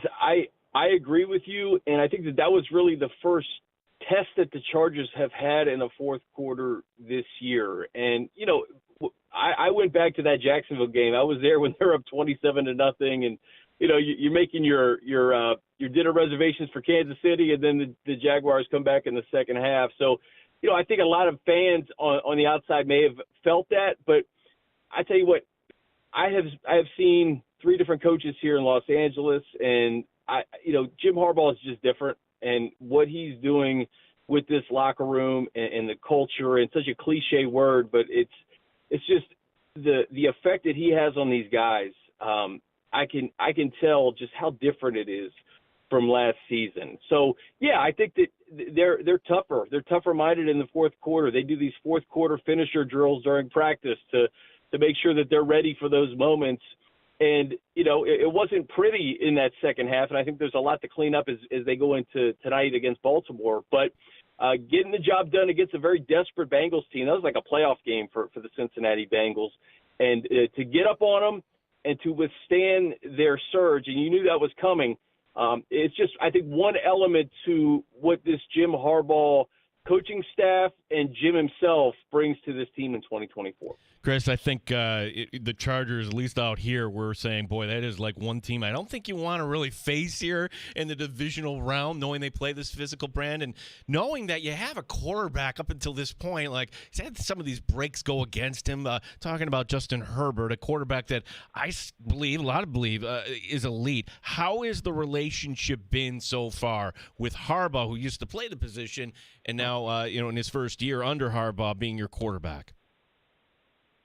You know, I really think it's unlocked Justin to be his best. And in years past, everything was put on Justin Herbert's shoulders, throwing 30, 40, 50 times a game sometimes. He was the offense. Now he doesn't have to be the offense. They're going to lead with that running game led by J.K. Dobbins and Gus Edwards. They're going to put Justin in advantageous positions. There's a reason why they drafted Joe Alt at number 5 overall to pair him with Rashawn Slater for the next decade to protect Justin. So everything this offseason was designed to protect Justin. Now, you look at it and say, okay, well, Keenan Allen and Mike Williams go out the door. Well, enter Ladd McConkey, who is, I think, firmly kind of placed himself as the number 1 receiver. We didn't know who it was going to be really up until maybe a couple of weeks ago, and now you're seeing Ladd really take that reign as the top receiver. Quentin Johnson, who had a tough rookie year, has scored in his last 3 games. I think he has 6 or 7 touchdowns this season. Joshua Palmer, Will Dissly has been one of the top target getters this season as well for the Chargers. So they're spreading the ball around, and it's not all on Justin. And if you flip it to the defense, it's been Justin's best friend, the number one scoring defense in football. They kind of slipped a little bit in that second half against Cincinnati. I want to see how they respond tonight. But that defense led by Jesse Minter has been something else. Chris, talk to me a little bit about how they've constructed this roster, because you mentioned it. I mean, there's a lot of star players that left the Chargers, whether you're talking about – I mean, you forgot about Austin Eckler, right? Austin Eckler was there, and Williams was there. You lose Keenan Allen. You keep Justin Herbert, but you use that first-round draft pick. You get a lineman. You're building it from the ball out, which I think is a smart thing for teams to do, and not enough teams think that way. And then you get production from a guy like J.K. Dobbins, who I think a lot of people left for dead based on his injury history, and very quietly, he's having a really, really productive season there in L.A. So, what changed here in terms of the philosophy in building this roster? Was it as simple as just cleaning house, the Harbaugh effect, again, his influence on management to build this team a certain way? Well, you know what? I think you got to give a lot of credit to the new GM, Joe Ortiz, who comes from the Baltimore Ravens, was there for a couple of decades, and he made a lot of really solid, smart moves this offseason. You mentioned J.K. Dobbins. That may be top of the list. To take a flyer on him, knowing the type of player that he was in Baltimore, just had really, really tough luck with injuries.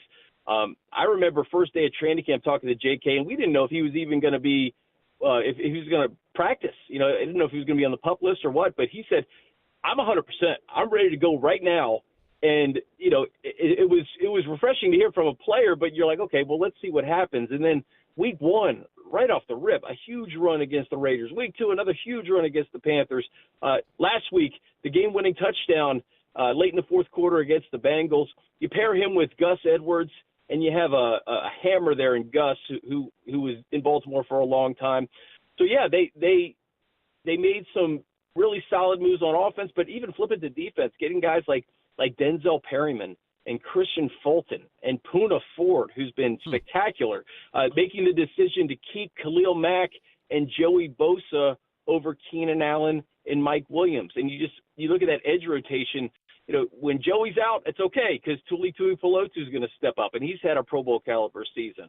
Bud Dupree, another late signing by Joe Ortiz that has really made a huge difference for the Chargers on defense. Getting after the quarterback is their specialty, and you wonder if they can keep Khalil and Joey healthy for this stretch run, just what it can do for this team.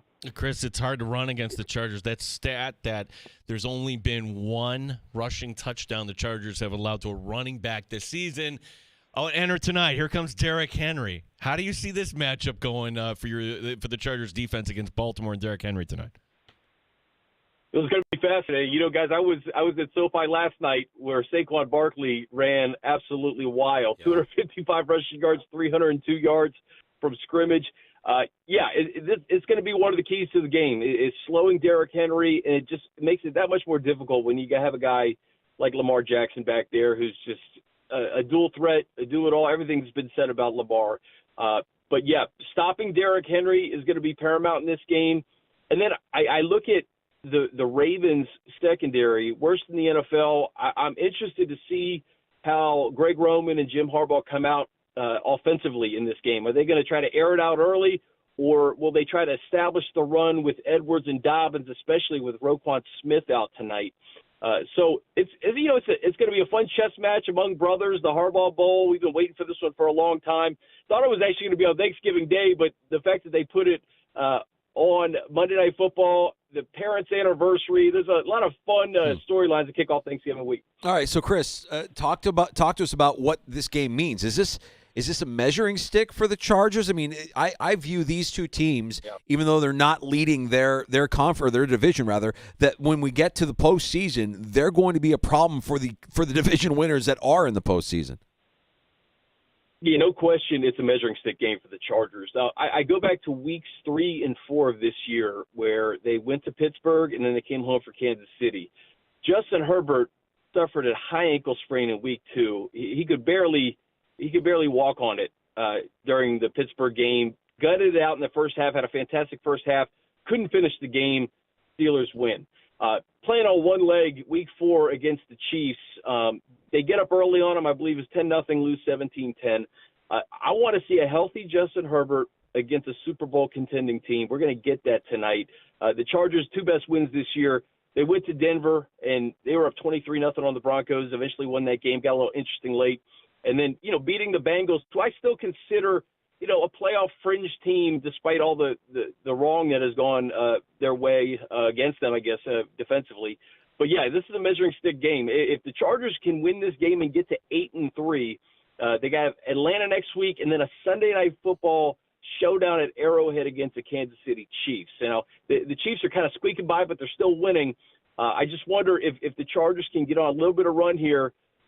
What can they do to maybe challenge Kansas City? It may be too late, but you never know. Yeah, I was just going to go there because you could imagine what our conversation is here in West New York. Hey, the Bills beat the Chiefs. Can the Chiefs trip up one more time? Oh, the Bills have the Lions. We're trying to do the math. You win tonight. You're only 2 games back of Kansas City for the division. Are Charger fans entertaining this thought right now that you could make a late run here at the division?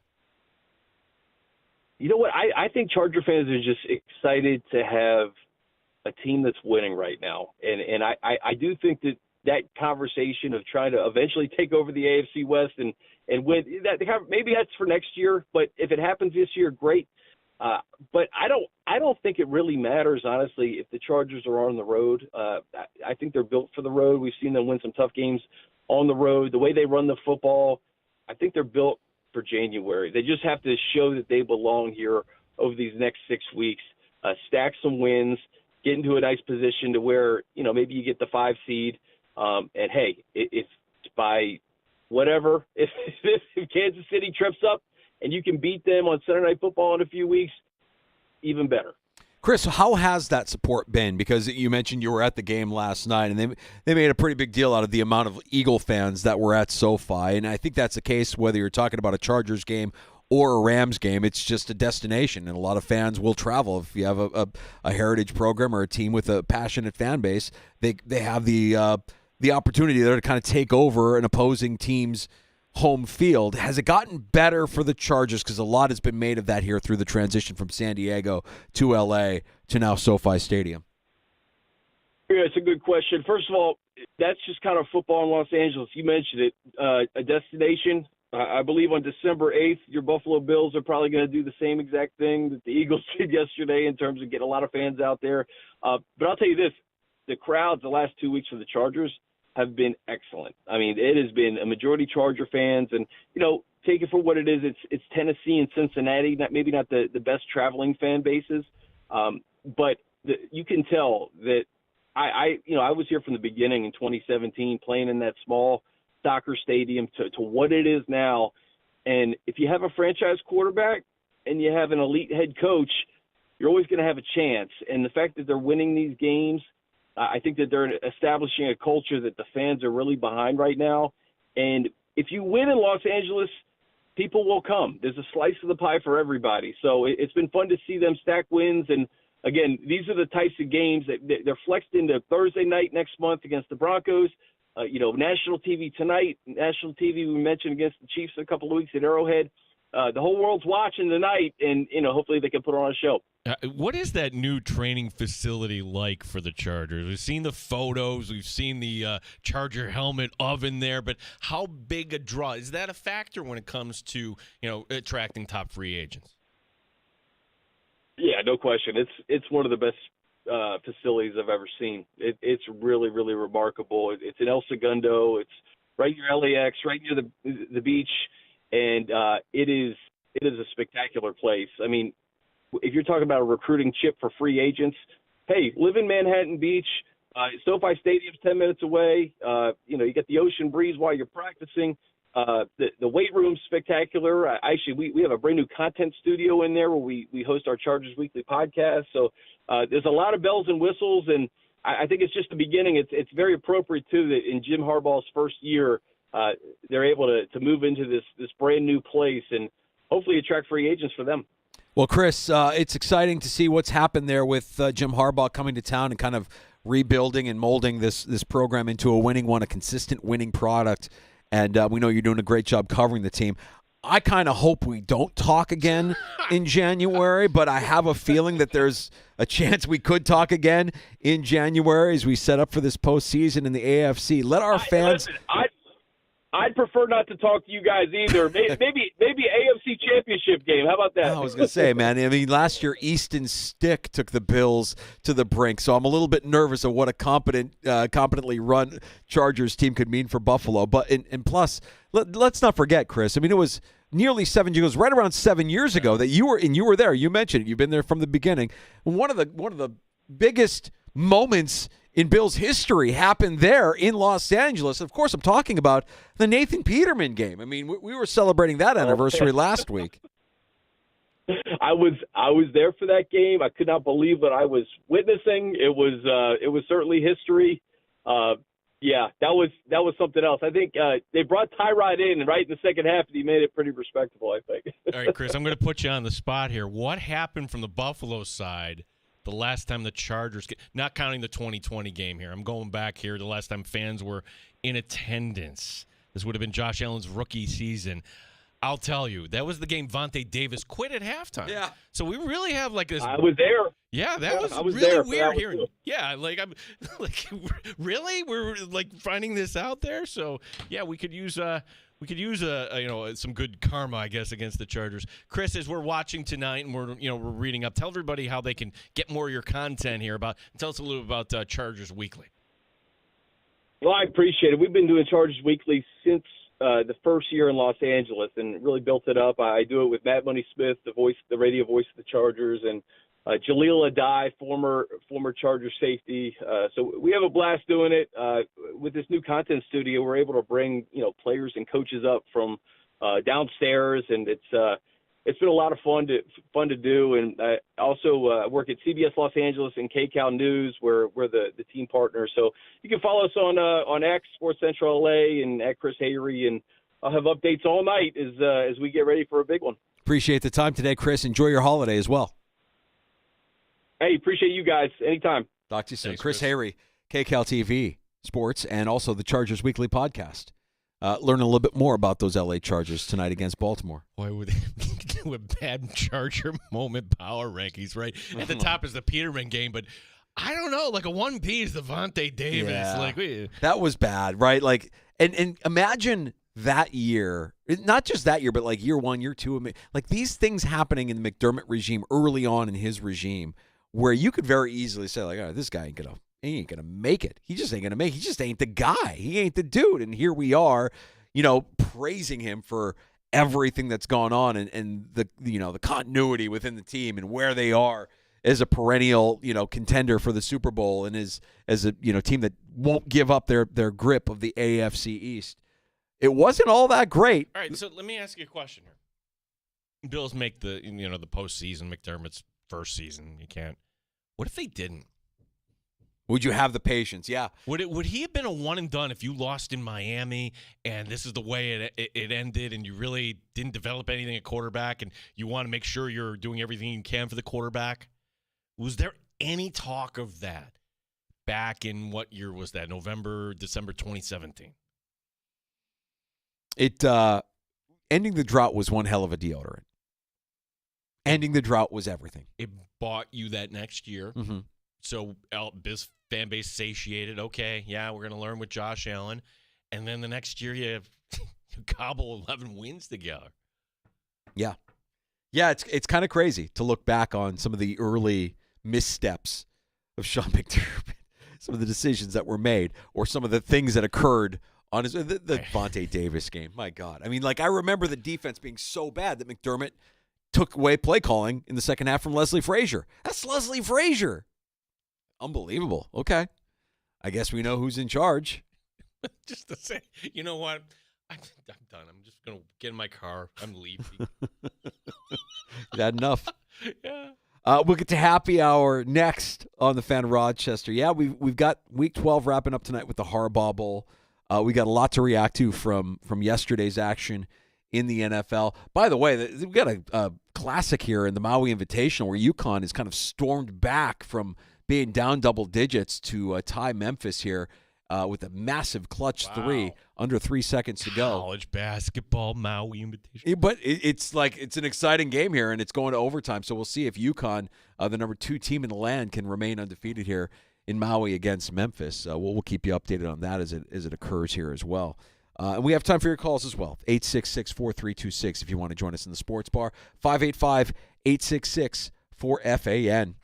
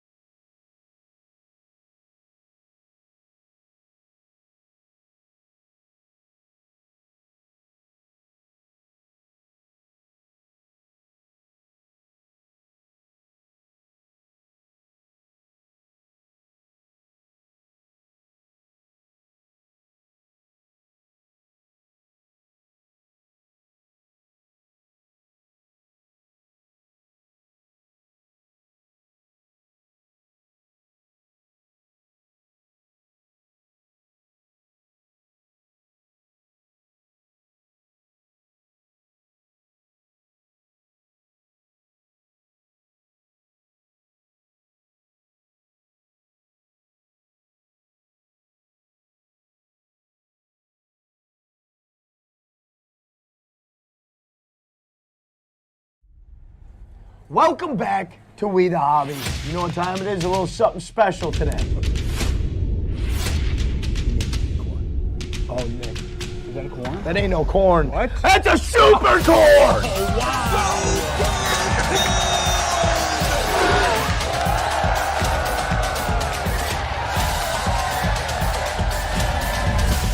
Visit us at 23 Arlington Street in Rochester.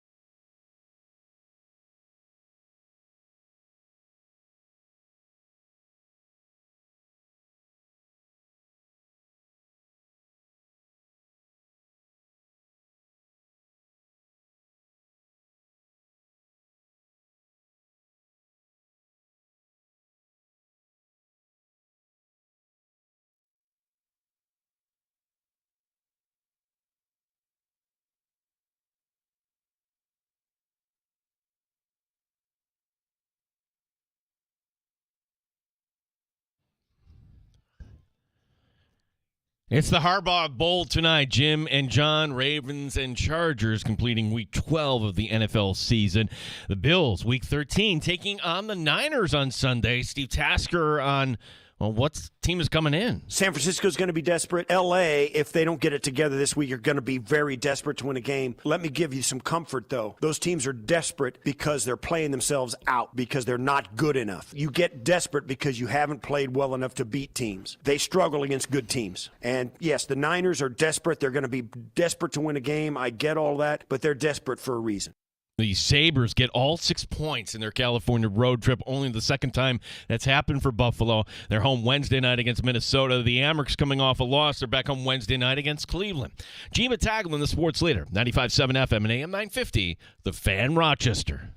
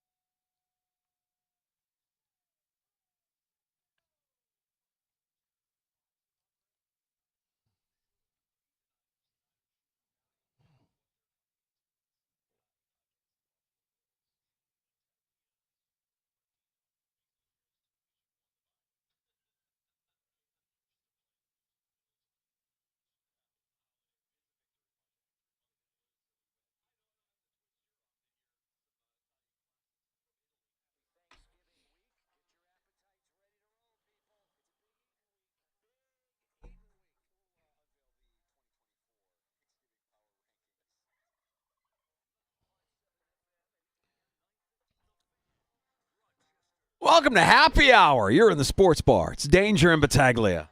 Glad you're with us to kick off your holiday week. A short week for us here on The Fan. You got us today. You got us tomorrow until Happy Hour. And we're off Wednesday to begin enjoying the holiday like a lot of you will be. So, you giving us some of your time. We know how precious and valuable that is. We don't take that for granted. We also want to thank everybody checking us out on the YouTube channel at The Fan Rochester, our stream on Twitch at The Fan Rochester, and we sound our best in the free-to-download Odyssey app or on your smart device when you ask it to play 95.7 The Fan. Well, we do this on Mondays after the Bills win or the Bills play on a Monday night. We would do it on a Tuesday. But what happens when the team is on the bye? Let me tell you what happens. If the team is 9-2, if the team is the second seed trying to look down, yes, Mike Danger, just soak this in. You're saying we play a little Bruno Martino on a Victory Monday, even though it's a bye week. They didn't lose, so we all win with Bruno Martino in the sports bar on The Fan.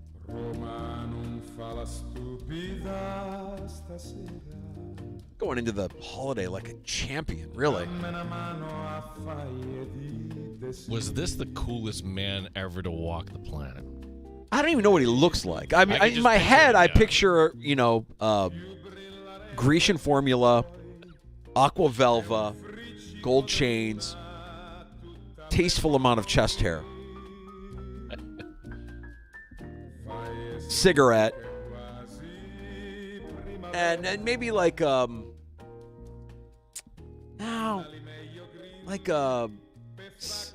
spirit, but not like certainly not a bourbon, but just like a good maybe not even an alcoholic beverage. Maybe it's an espresso. Yeah.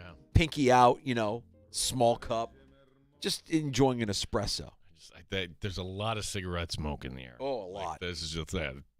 A lot. It's almost as if the Grecian formula and the Aqua Velva or the Brut needs to drown out the cigarette smell. Like it needs to be so powerful to drown that out. Chaps. What other 1990 cologne could you put in there? Oh, my God. Brut. I mean, that's my old man. I just remember Brut always being around the house. My goodness. Victory Monday, even though the Bills don't play. We'll take it. We've got Week 12 wrapping up tonight in L.A. with the Chargers hosting the Ravens. We just had Chris Harry on from KCAL TV and Sports and the Chargers Weekly podcast. The Chargers are kind of an emerging threat in the AFC. I think if they can get by Kansas City here in primetime in a couple of weeks, if you're not paying attention to them now, you will be paying attention to them then. Well, let's put it this way. Like, you could say danger. Well, what does it matter? The Bills, if they're the 1 seed, they're going to get the best wild card winner here of the team. Could be the Chargers. Would you sign up for that? The answer is yes. If you're going to get me automatically to the divisional round, you can rest players, of course. But I think it kind of brings into focus, at least right now. Like in the last couple of years, the Bills have had almost like a pass here in the wild card round. Oh, the Steelers with Mason Rudolph. That was cute. You had the Dolphins one year with Skylar Thompson. Like, what could... Well, Mac Jones and the Patriots. Yeah. It's not going to be easy. You got to win 2-3 games, even if they are in Buffalo. Mm-hmm. Well, it was nice to learn a little bit more, and I think Chris kind of confirmed what a lot of us already kind of assumed, is that this isn't the Chargers that we remember the Chargers being. They didn't Charger that game away completely against the Bengals, and I'm going to remember that moment, that game, because it would have been, the narrative would have been, same old Chargers, doesn't really matter.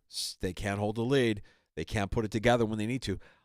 Almost as if Harbaugh has that effect, an influence on the rest of the team, a belief that the rest of the team has bought in on. I mean, they got rid of a lot of stars, and they're getting a lot of production from guys that you wouldn't expect.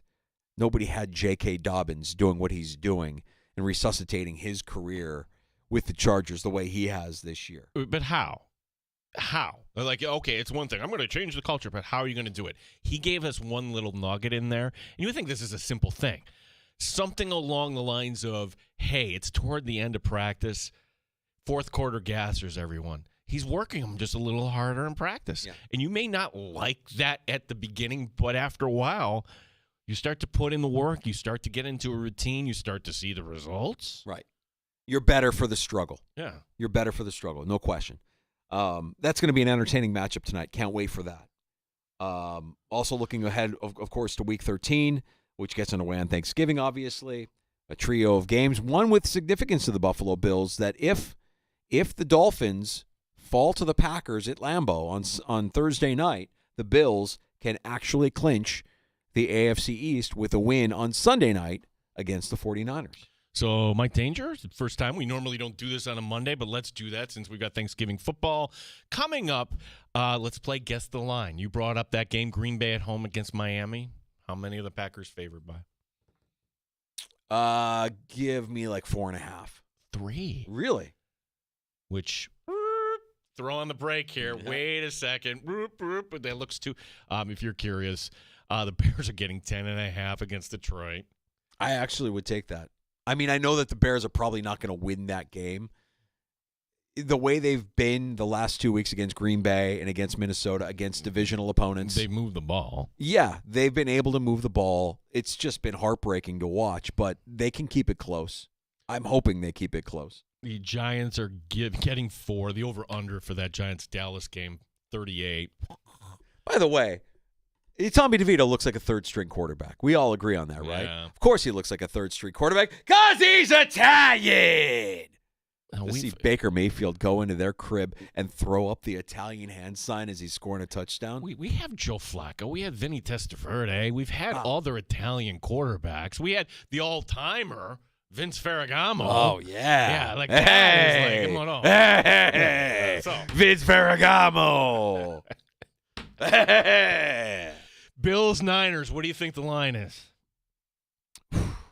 I mean, what worries me about this line is we don't know necessarily what's up with Brock Purdy and his status, right? Oh, you're going to get lies and fog and everything else. He practiced on a limited basis today. Like, really? You just got back and it's a Monday. Who really practices limited during the week anyways? I'm not buying any of that. Right now, the Bills are favored by 7.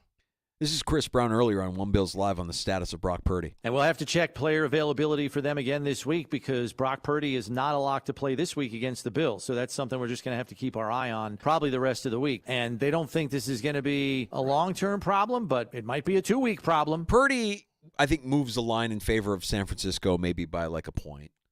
It gives the Niners a little bit of hope when I saw it of Brandon Allen. And it's not like you can lean on Christian McCaffrey. You can't.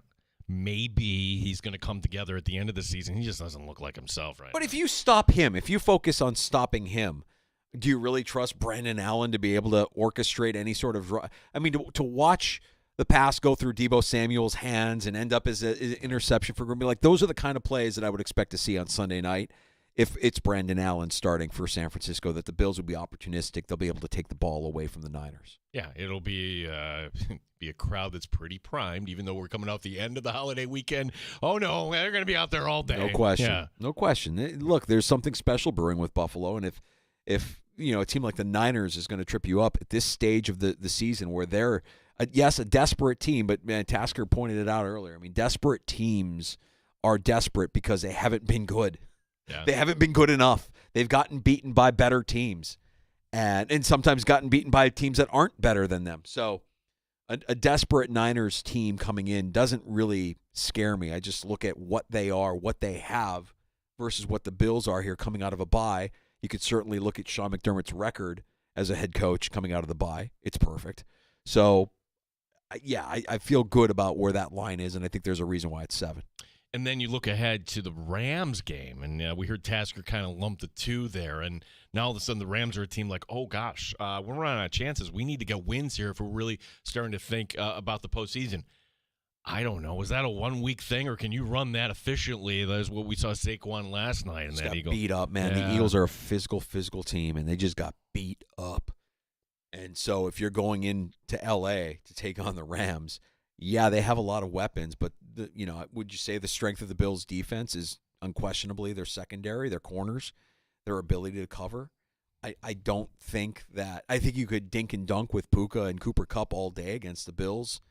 I'd be more worried about what Kyron Williams does against the Bills and whether or not they're able to run the football, because you didn't really see much out of Kyron Williams yesterday. Philadelphia, just good team. And the Rams are like the NFC's version of the Dolphins. They're good at beating up on bad teams. The Rams lost to the Bears earlier this year. Let that sink in. The Bills should beat the Rams. Right, the Bills should beat the Rams. Right. 5-1 should be the expectation. Now they're like, but there are divisional games at the end of the year. So? Right. We have this news today. It will be Aaron Rodgers starting for the Jets. Oh, but we also had another bit of news from the Jets as well. What are they doing here? They've opened it up and publicly made an announcement about their search. We have hired an outside firm to lead the search for our next general manager. And this outside firm will have no conflict of interest. The outside firm is the 33rd team. And generally they do college searching coaches, searches for head coaches. But they're doing something different here. And maybe the reason they got their first NFL assignment, their first NFL contract to lead a search like this, is because the guy that owns the company is the former Jets GM, Mike Tannenbaum. Aha. After an extensive search, I can tell you that we talked to lots of people, lots of qualified people. And some of these people that we are not hiring will go on to great things. But it's come to our attention that from the outside here in our firm and from inside, that there is one person for the job. And that is me. Mike Tannenbaum. Right? Yes. Of course. It's funny, man. He's owned that team for a quarter of a century, and he's hiring a consulting firm to help him make a decision. It kind of tells you all you need to know about the owner, right? Why are you that detached from football? You're that, if you're a new owner, I would get it. Like if you're Harris with the Commanders, if you're in Denver and you need, a firm to help decide who you want to hire. You're new to this. Most would go to their other NFL owners. And it doesn't have to be a divisional opponent, but hey, tell me about somebody on your staff. That's the backdoor stuff when the owner is talking and they're at their owner meetings and they're trying to figure out who their short list should be. That's where you get the good stuff here. Yeah. The Jets. Fantastic. They have Seattle coming up this weekend. And, we mentioned it. The Bills have an opportunity here to close out the AFC East. If the Dolphins fall to the Packers on Thursday night, the Bills win on Sunday night against the Niners. It's their 5th consecutive AFC East crown. Yeah, Sean McDermott's rolling. Memphis beat UConn by 2 in overtime, so good for that. Yeah, Maui that was classic, a scary moment there for the Tigers as they kind of had a double-digit lead there late in the fourth. Late in the second half, I should say. UConn kind of storming back, forcing overtime, and then Memphis getting the win, outlasting them in overtime. So UConn suffering their first loss of the early campaign here in Maui. There are a couple things that tell you, all right, we're at a holiday week. The Maui Classic, like, okay, Hey, Monday afternoon college basketball. Yes, sign me up in some little dinky gym, but it happens to be in paradise. Yeah, absolutely. Tonight, Ravens traveling to the Chargers, and we had a great conversation with Chris Hayre of Chargers Weekly, the Chargers Weekly podcast, KCAL TV and KCAL TV Sports. And also Chris Trapasso from CBS Sports stopped by earlier. We broke the draft seal. Normally, we would have done this a lot sooner during the drought years of the Buffalo Bills. Now I feel like we could talk NFL draft almost as like observers, not really out of desperation of like, what is our team going to get? Because when you look at the Bills roster and you say, well, what is their need going to be at the end of this season? I mean, there's a lot that can happen between now and then, but I think the need for the Bills is going to be consistent. Defensive line, right? You want somebody on the defensive line that can get after the quarterback, a pass rusher. If this is the draft year that's going to be a little bit deeper in pass rushers than years past, according to Chris Trapasso, this is not a good year for quarterbacks and maybe not even as good a year for wide receivers, which is another position that I think a lot of Bills fans would like to see the Bills stock up on. It's I don't know if we've ever had a year like this where, like, oh my gosh, the Bills have this glaring need. It was always like a corner, the defense. Like, if you say, hey, you know what, they're going to be okay with their defensive line, or they're going to be, like, this could be the year, danger, they actually go with best player available. Amazing. Yeah. Amazing. But that was a great conversation as well. I love having Chris Trapasso on with us to talk NFL draft, just talk NFL. We also got into positional value, the running back position, the idea that you might have a running back that could go as high as the top 10 come April, and what we've seen out of guys like Saquon Barkley and Derrick Henry this year, and what that might mean for the running back market as far as how teams evaluate that position.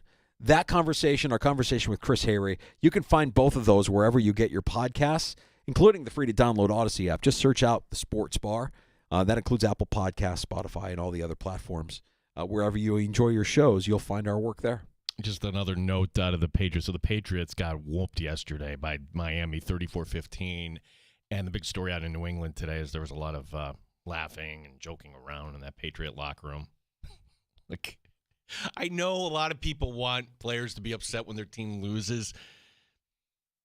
The mistake here is that this hooting and hollering, laughing and joking around was in front of the media, basically. You know, they want the somber mood and they want everything else. And yeah. What would you like more? Would you like the team cracking jokes after a bad loss, or would you like what the Giants are dealing with now and comments made by Malik Neighbors? I mean, I think to myself, you know, he's a rookie. He's not wrong. No, but why is this a headline where Brian Daboll has to talk to Malik Neighbors?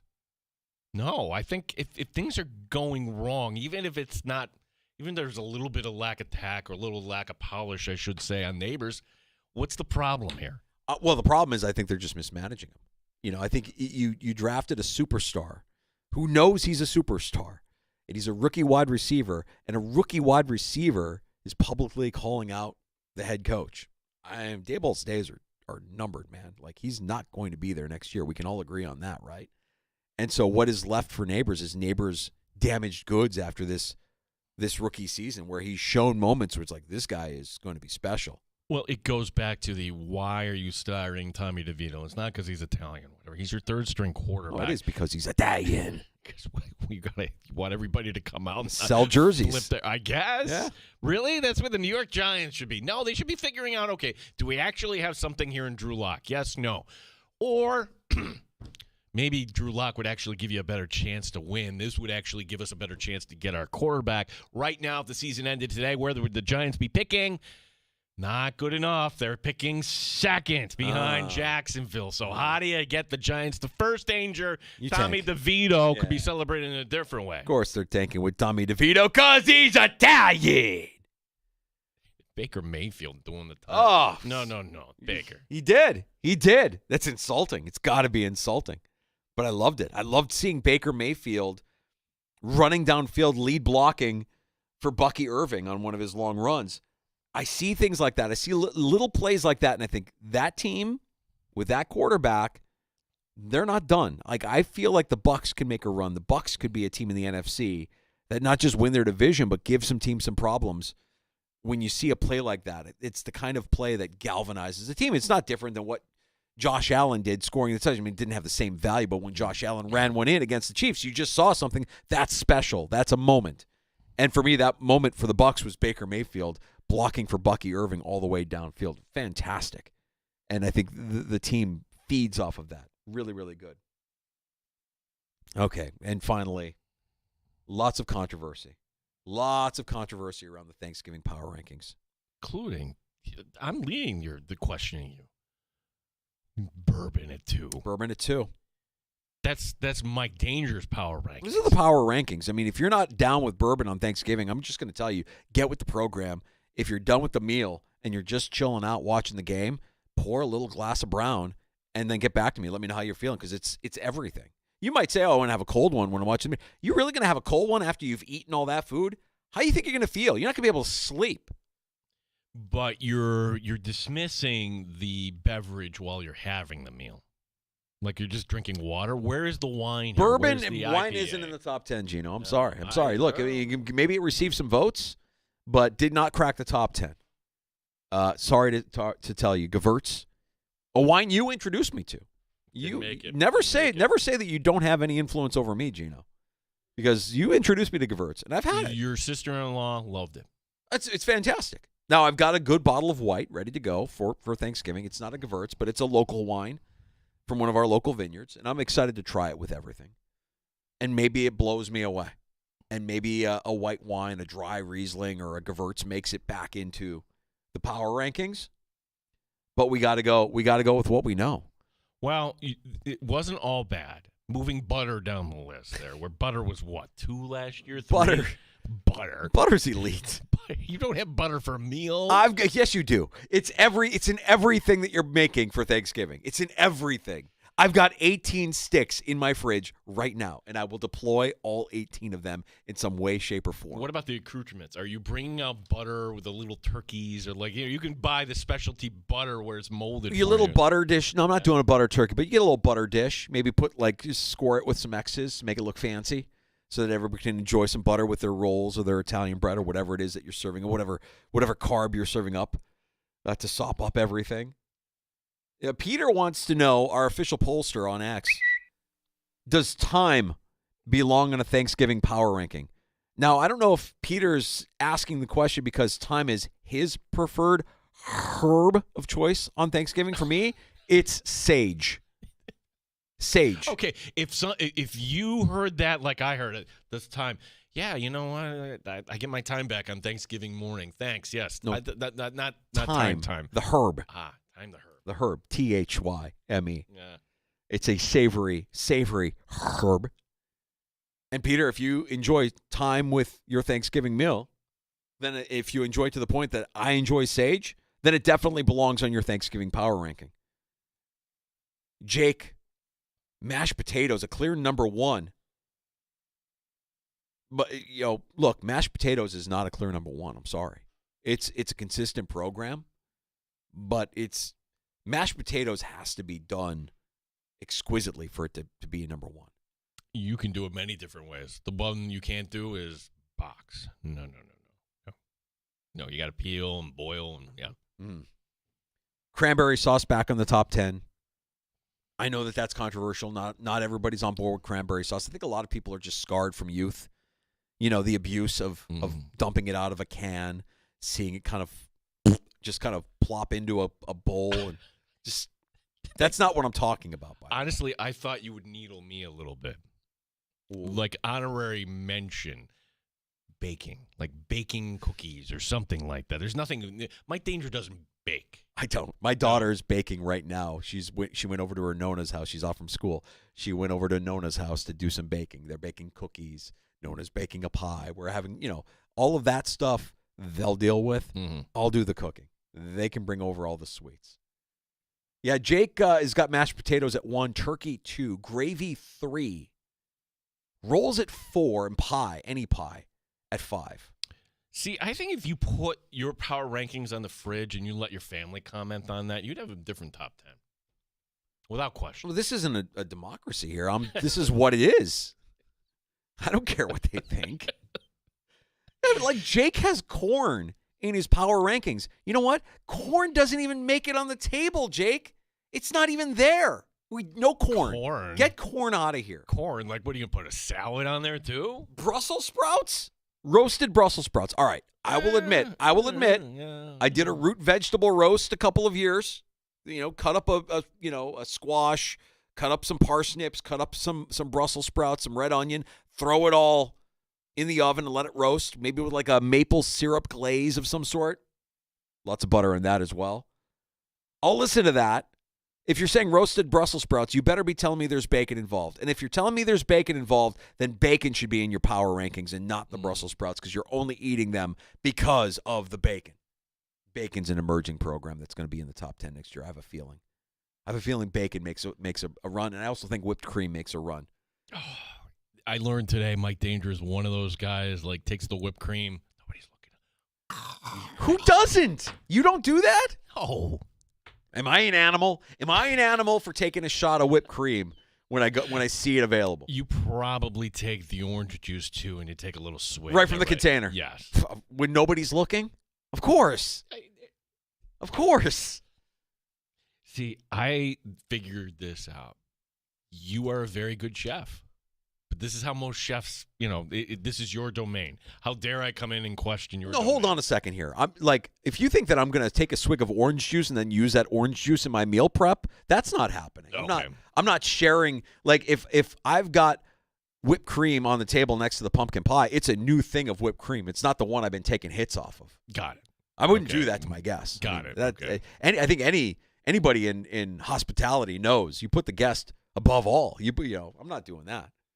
But I am going to take a hit off of that can that's been open for the last few weeks. One of these days, I'm just going to walk in. I'm just going to show up on Thanksgiving. Do it. Hey, everybody. Do it, Gino. If you're in the neighborhood, stop by. Say hey to everybody. We'll have leftovers. Yeah. We'll send you with some lasagna. Walk I don't right see down. none of the Italian stuff that I make makes the power rankings because I'm trying to keep it traditional here. But I mean, if we're allowed to go broad, and if this is just about me, then the lasagna that I make is elite. It should be in the top 10. But it's not a traditional Thanksgiving food. I got to make a lasagna, right? Because I'm in a family that's Italian. You should do the wedding soup too, right? Italian wedding soup. Yeah. Yeah. Why is it called wedding soup, by the way? I don't know. Yeah. Can't figure it out. The Thanksgiving power rankings unleashed earlier. Lots of controversy. Thanks for humoring me. Happy hour continues next with a round of shots. Sabres. Right. Right. Okay. Interesting. Not the best of weekends for the Amerks. Wasn't all bad, but we'll get into that. The NHL. How is the NHL different than the NFL? Let's start with, you can find work relatively easy in the NHL if you want to. We'll set you up for the NBA tonight. And then this story that broke over the weekend, like, would an NFL head coach, what Mike Mularkey did to Ian Rappaport. Oh, you didn't hear about this? No.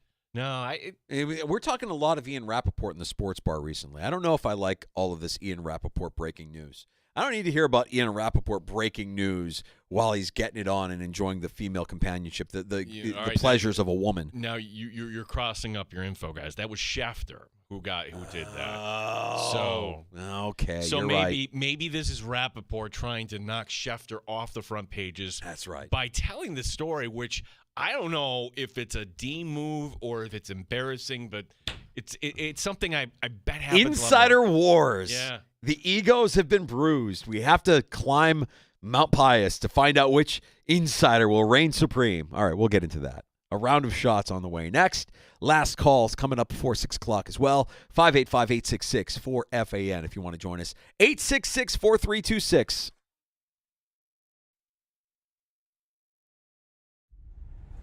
Welcome back to We the Hobby. You know what time it is? A little something special today. Oh, Nick. Is that a corn? That ain't no corn. What? That's a super corn! Oh, wow.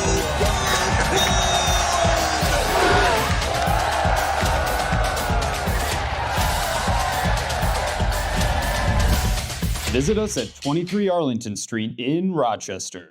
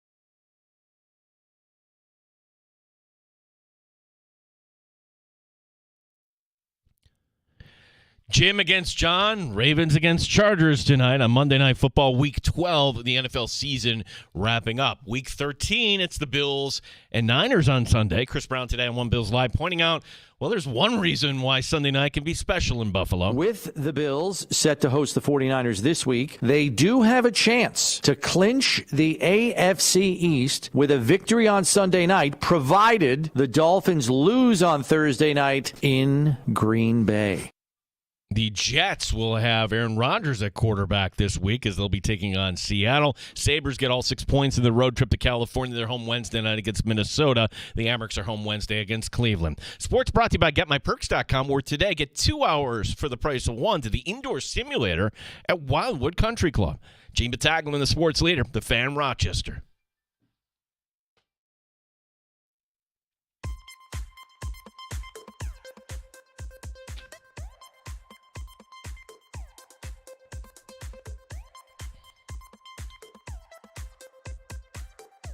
All right, last call coming up in just a bit here on the Fan Rochester. We welcome you back into the Sports Bar. It's Danger and Battaglia kicking off your holiday week with a round of shots. That was only the second time the Sabres swept all 3 teams in California, believe it or not, on the road. The last time, 2011, 2012. Buffalo's now 7-1 against Western Conference teams. This following the win Saturday at San Jose, another come-from-behind win. James Reimer getting the win in between the pipes. The third-place Sabres now. They're on pace for 90 points, which seems to be the magic number, Danger, in terms of getting into the postseason. Buffalo back home Wednesday night against Minnesota. That's a 3 o'clock puck drop Friday against Vancouver. What will it take for you to think that this is a different season for the Buffalo Sabres? Come home now and follow it up. They're beating the bad teams, okay? Those are not great teams, right? And the Western Conference, but it's early in the season. Early. We've seen this movie before. I mean, like, they had a 10-game winning streak. Remember that year they had a 10-game winning streak and it just fell apart? But no Tage Thompson. Right. I'm trying to get to a place in my mind where I can get excited about what they're doing, and I'm not there yet. Well, use this barometer, all right? This measuring stick. Like, for a lot of people, hockey season doesn't begin until after football season. And for us here in Western New York, we've been fortunate because football season's been going pretty long. So when we get to the end of the Bills season and we check in, and if I say, you know what, Danger, right now the Sabres are holding on to that last playoff spot. We've never done that. Usually by the time it gets to New Year's, so long, whatever. They're 9 points, 10 points out. Yeah. Maybe that's what it is. Maybe after football season, if they're still in a playoff position or they're second or third in their division, then I could be like, okay, maybe this is worth getting excited over. I think what they're doing so far has been nice. We've seen them drop some stinkers though too. I mean, like there is still some inconsistency here with this team. No doubt about it. But you're just comparing them to their peers right now. He would be in. Mm-hmm. Not a good weekend though for the Amerks, getting just the 1 point against Hershey, followed by a 5-1 loss to Utica. Where I had people just tweeting me directly that were at the game. Why aren't we physical? What is it with it? Like, hey, I guess we can say that wasn't Utica's first win because they won on Friday night. Yeah. Entering the weekend, Utica hadn't won. Utica is just an absolute juggernaut. They're an absolute juggernaut now with a win over the Amerks. So with 19 points, the Amerks are 1 up on Belleville for 4th place. However, Belleville has played 3 fewer games. Like the Sabres, the Amerks on Wednesday and Friday this weekend. Wednesday, it's Cleveland. Friday, it's Syracuse. So we have Mike Leone, Amerks head coach, joining us tomorrow on the show. And Frank did want us to ask a question. Ask Coach Leone a simple question. Why did the Amerks allow the physical teams like Laval, like Hershey, to push them around game after game? His take is that this is not a pesky team. They don't play heavy, and skill and heavy win titles. So what is missing here from the Amerks? Why aren't they making life a little bit more uncomfortable for these more physical teams? Well, the answer somewhere lies in what is the purpose of the Amerks. Right. The purpose of the Amerks is to develop the top-end talent. It's not to these heavier teams. I heard like the stat from listening to the Hershey game with Moss, Brooks, and Stevens. Hershey only changed over 4 guys from last year. Crazy, right? And then the previous year, only 3 guys from the year before. Yeah. What does that tell you right there? So if you want to say heavy teams, okay, what do you really mean when you say heavy? Well, I also you're saying veterans. I also think that there's a case to be made for how teams want to be constructed, and the Sabres have to like find those guys to put them in their line to become. They need a Beck Malenstein, to be a part of the organization to play a kind of hockey that's going to make others hurt. I did point out to Frank, they did get the 2 points in Laval on Wednesday night. And also, too, I don't think Mike Leone's a guy I would ever want to fight. No. So give him a little runway to develop. I think that there's an intensity that comes with Coach Leone that will probably translate to the guys that you want to be more physical, that you have that can be more physical. When they need to be physical, when they need to, quote-unquote, play heavy, I think they can do that. I think they can actually do that.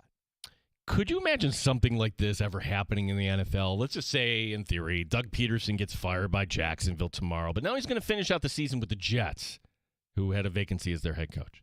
Well, that really can't happen in the NFL because they have their hiring practices, but it can certainly happen in the NHL, and it just did. Just 5 days after being fired by the Boston Bruins, Jim Montgomery was named the new head coach for the Mouth Breathers in St. Louis. Taking over for Drew Bannister. Drew Bannister, Danger, he was only an AHL coach. He needed to go. Yeah.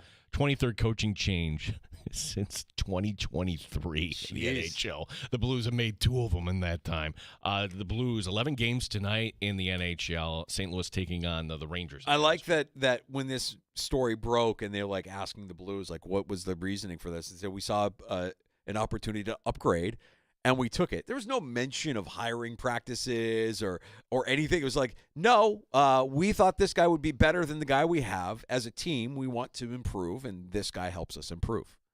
Done. So last year when we realized you never saw anything like that in Buffalo with Don Granato, right? No. And there's been, there were guys available when Granato was still the head coach.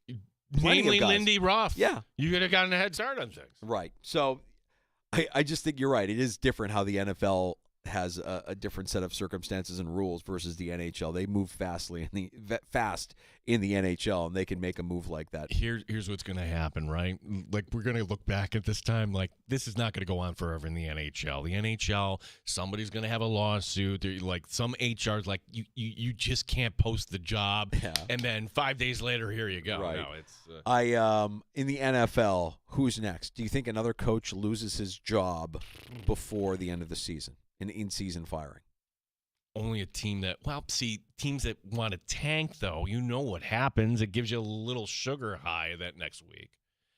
It should be the Giants. It won't be the Giants.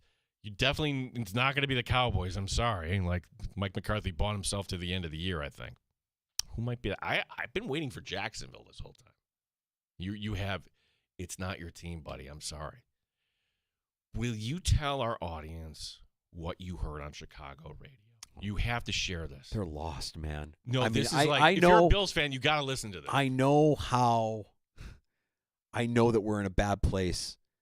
If I'm a Bears fan, this is how I know we're in a bad place when I tune in Chicago sports radio, just to kind of hear what's the vibe. This was last week after they lost to the Packers. Now, they lost in heartbreaking fashion again in overtime. There was another blocked field goal. Caleb Williams is playing well. He's not the problem. It's little details. It's the defense not showing up in overtime. It's Williams will still make mistakes, but it's not all on the quarterback. And certainly the head coach is to blame. And I think everybody is resigned to the fact that he's not going to be the head coach much longer. And so one of the guys was talking about, hey, I know it's unorthodox and I know it doesn't happen often in the NFL, but could you trade for an NFL head coach? Could you trade for a known commodity? Could you pry away a Sean McDermott from Buffalo or a Shane Steichen from Indianapolis or whoever, somebody from this team or that team, any team that might want to, that maybe the coach isn't 100% in with their team, just give them a draft pick, give away a first round or a second round pick for a head coach. Could you do that? I'm like, oh man, we are desperate. We are desperate, and why I'm smirking while you're trying to figure out who the next team to fire their coach in season could be. I'm saying that on Thursday, if the Bears don't show up, if they look like a team that has quit, they will do what they have never done, and they will fire a coach in season. And I'll say that because it seems unconventional for a team that's never done that to do it, but I would say that you have a president in Kevin Warren who is also unconventional. Let's face it, he was hired to build a stadium for that team. They were about to put shovels in the ground to start building in Arlington before he said, no, I'm not done. I want to find a better deal. I still want to see if we can build on the lakefront. So he is unconventional in his own right, and I think he holds a lot of weight within that organization. It wouldn't shock me if the Bears look like they've quit on Matt Eberflus on Thanksgiving. You'll be able to tell that given that you have a mini bye because you're playing early in the week, that's when you make the move away from Matt Eberflus. So you're going to hate watch your team on Thanksgiving. Totally. Totally. That sounds healthy. Yeah. No, it's none of it is good, buddy. None of it is good. No. Hey, it's Zion back to being Zion. Well, not exactly. New Orleans Pelicans star Zion Williamson has been out since November the 6th. He's injured? Shocking. Well, originally they weren't saying much, and now we heard it's just a hamstring pull. Oh, wait a second. It's actually going to cost him 4 to 6 weeks, maybe longer. That would put his return around mid-December. Maybe. 9 games tonight in the NBA. 9 times. Boston hosting the L.A. Clippers. Okay. If there was a common theme to college football this past weekend, Danger, it was a time to say goodbye to some of the funner storylines from the season. Army's not going to be sneaking into the postseason. Neither will BYU. A one-loss Indiana team probably should be in, but any hopes of Colorado making a late run that ended when Coach Prime's team lost at Arrowhead against Kansas. Yeah. Man, it's been a fun season, though, right? Like a lot of ups, a lot of downs, a lot of surprises. This playoff is going to be so much fun. Dude, football nirvana here coming up about a month from now. Well, I think the football playoff, what we have to sacrifice is what you get not this weekend, but next week. Oh, this weekend in part, like Michigan, Ohio State. Okay, not going to mean much. The conference championships. It'll be a Francesa, really. Yeah, those have become a little bit of a zero. Oh, who cares? I think Michigan, Ohio State still matters, but it would certainly matter more if Michigan was more competitive this year. It's just, Yeah, you're not getting over. You're tuning in for the comfort food. Alabama is not going to get in, but you're going to watch Alabama, Auburn, and the Egg Bowl, all the other games that will be on this weekend. Sure. Finally, tell me where you come down on this one. Happened 6 years ago. Season's over for the Tennessee Titans, and well, there's a lot of rumors going around surrounding head coach Mike Mularkey, speculation that he's about to be fired. That's when NFL Network's Ian Rappaport gets a phone call, and it's from Mike Mularkey. Okay. Mike Mularkey telling Ian Rappaport, I want to let you know I got a new contract extension. Rappaport puts it out there. Uh-huh. So as the story goes, the Titans GM ownership are just sitting around, and they have the network on. The network they own a piece of. Uh-huh. What the hell? No, this isn't true. He's getting a contract extension. No, Mike Mularkey got fired an hour later. Mike Mularkey knew he was going to get fired. So as one big, he says joke, but really was kind of more of like an FU to his GM, he called up Rappaport and placed a false story. Mularkey recently admitted on a podcast that he did it as a joke to his employers, he says, knowing he was going to get fired. I think it's fantastic. And if you're Ian Rappaport, what would you do with that other than run with it, right? Like, who's your source? My source is the coach. The coach told me he's getting a new contract. Nobody can question it. It's the coach. He's my source. He's just playing with them. You know, these insiders, Rappaport, Schefter, these guys are, they're a breed of their own, man. We had Rappaport on. He was great. He was fantastic. I wonder if he's going to do what he does every year, which is send out a picture of his Thanksgiving plate. Yeah. It looks like murder. His Thanksgiving plate looks like death. It's not something that looks like a human should consume. I don't know if he's going to do it again. I don't know if he's done it since he originally did it. I just remember him doing it one year and getting eviscerated for it. It was slop. Not what we're serving at my house, pal. Not what you're serving at your family get-together as well. Our holiday week continues tomorrow. Matt Perino of the Syracuse Post-Standard covering the Buffalo Bills will stop by at 3:25. We'll also catch up with Rochester Americans head coach Mike Leone at 4:25, and we'll talk some Week 13 fantasy football. Waiver Wire Day with Michael F. Florio from NFL Network. He stops by right around 4:45 tomorrow afternoon in the Sports Bar. Abbreviated Sports Bar tomorrow as we close up shop at 5 o'clock for the holiday. If you missed Chris Hayrie or Chris Trapasso, find us wherever you get your pods. Search out the Sports Bar and stand by. JR Sport Brief on the way next on The Fan.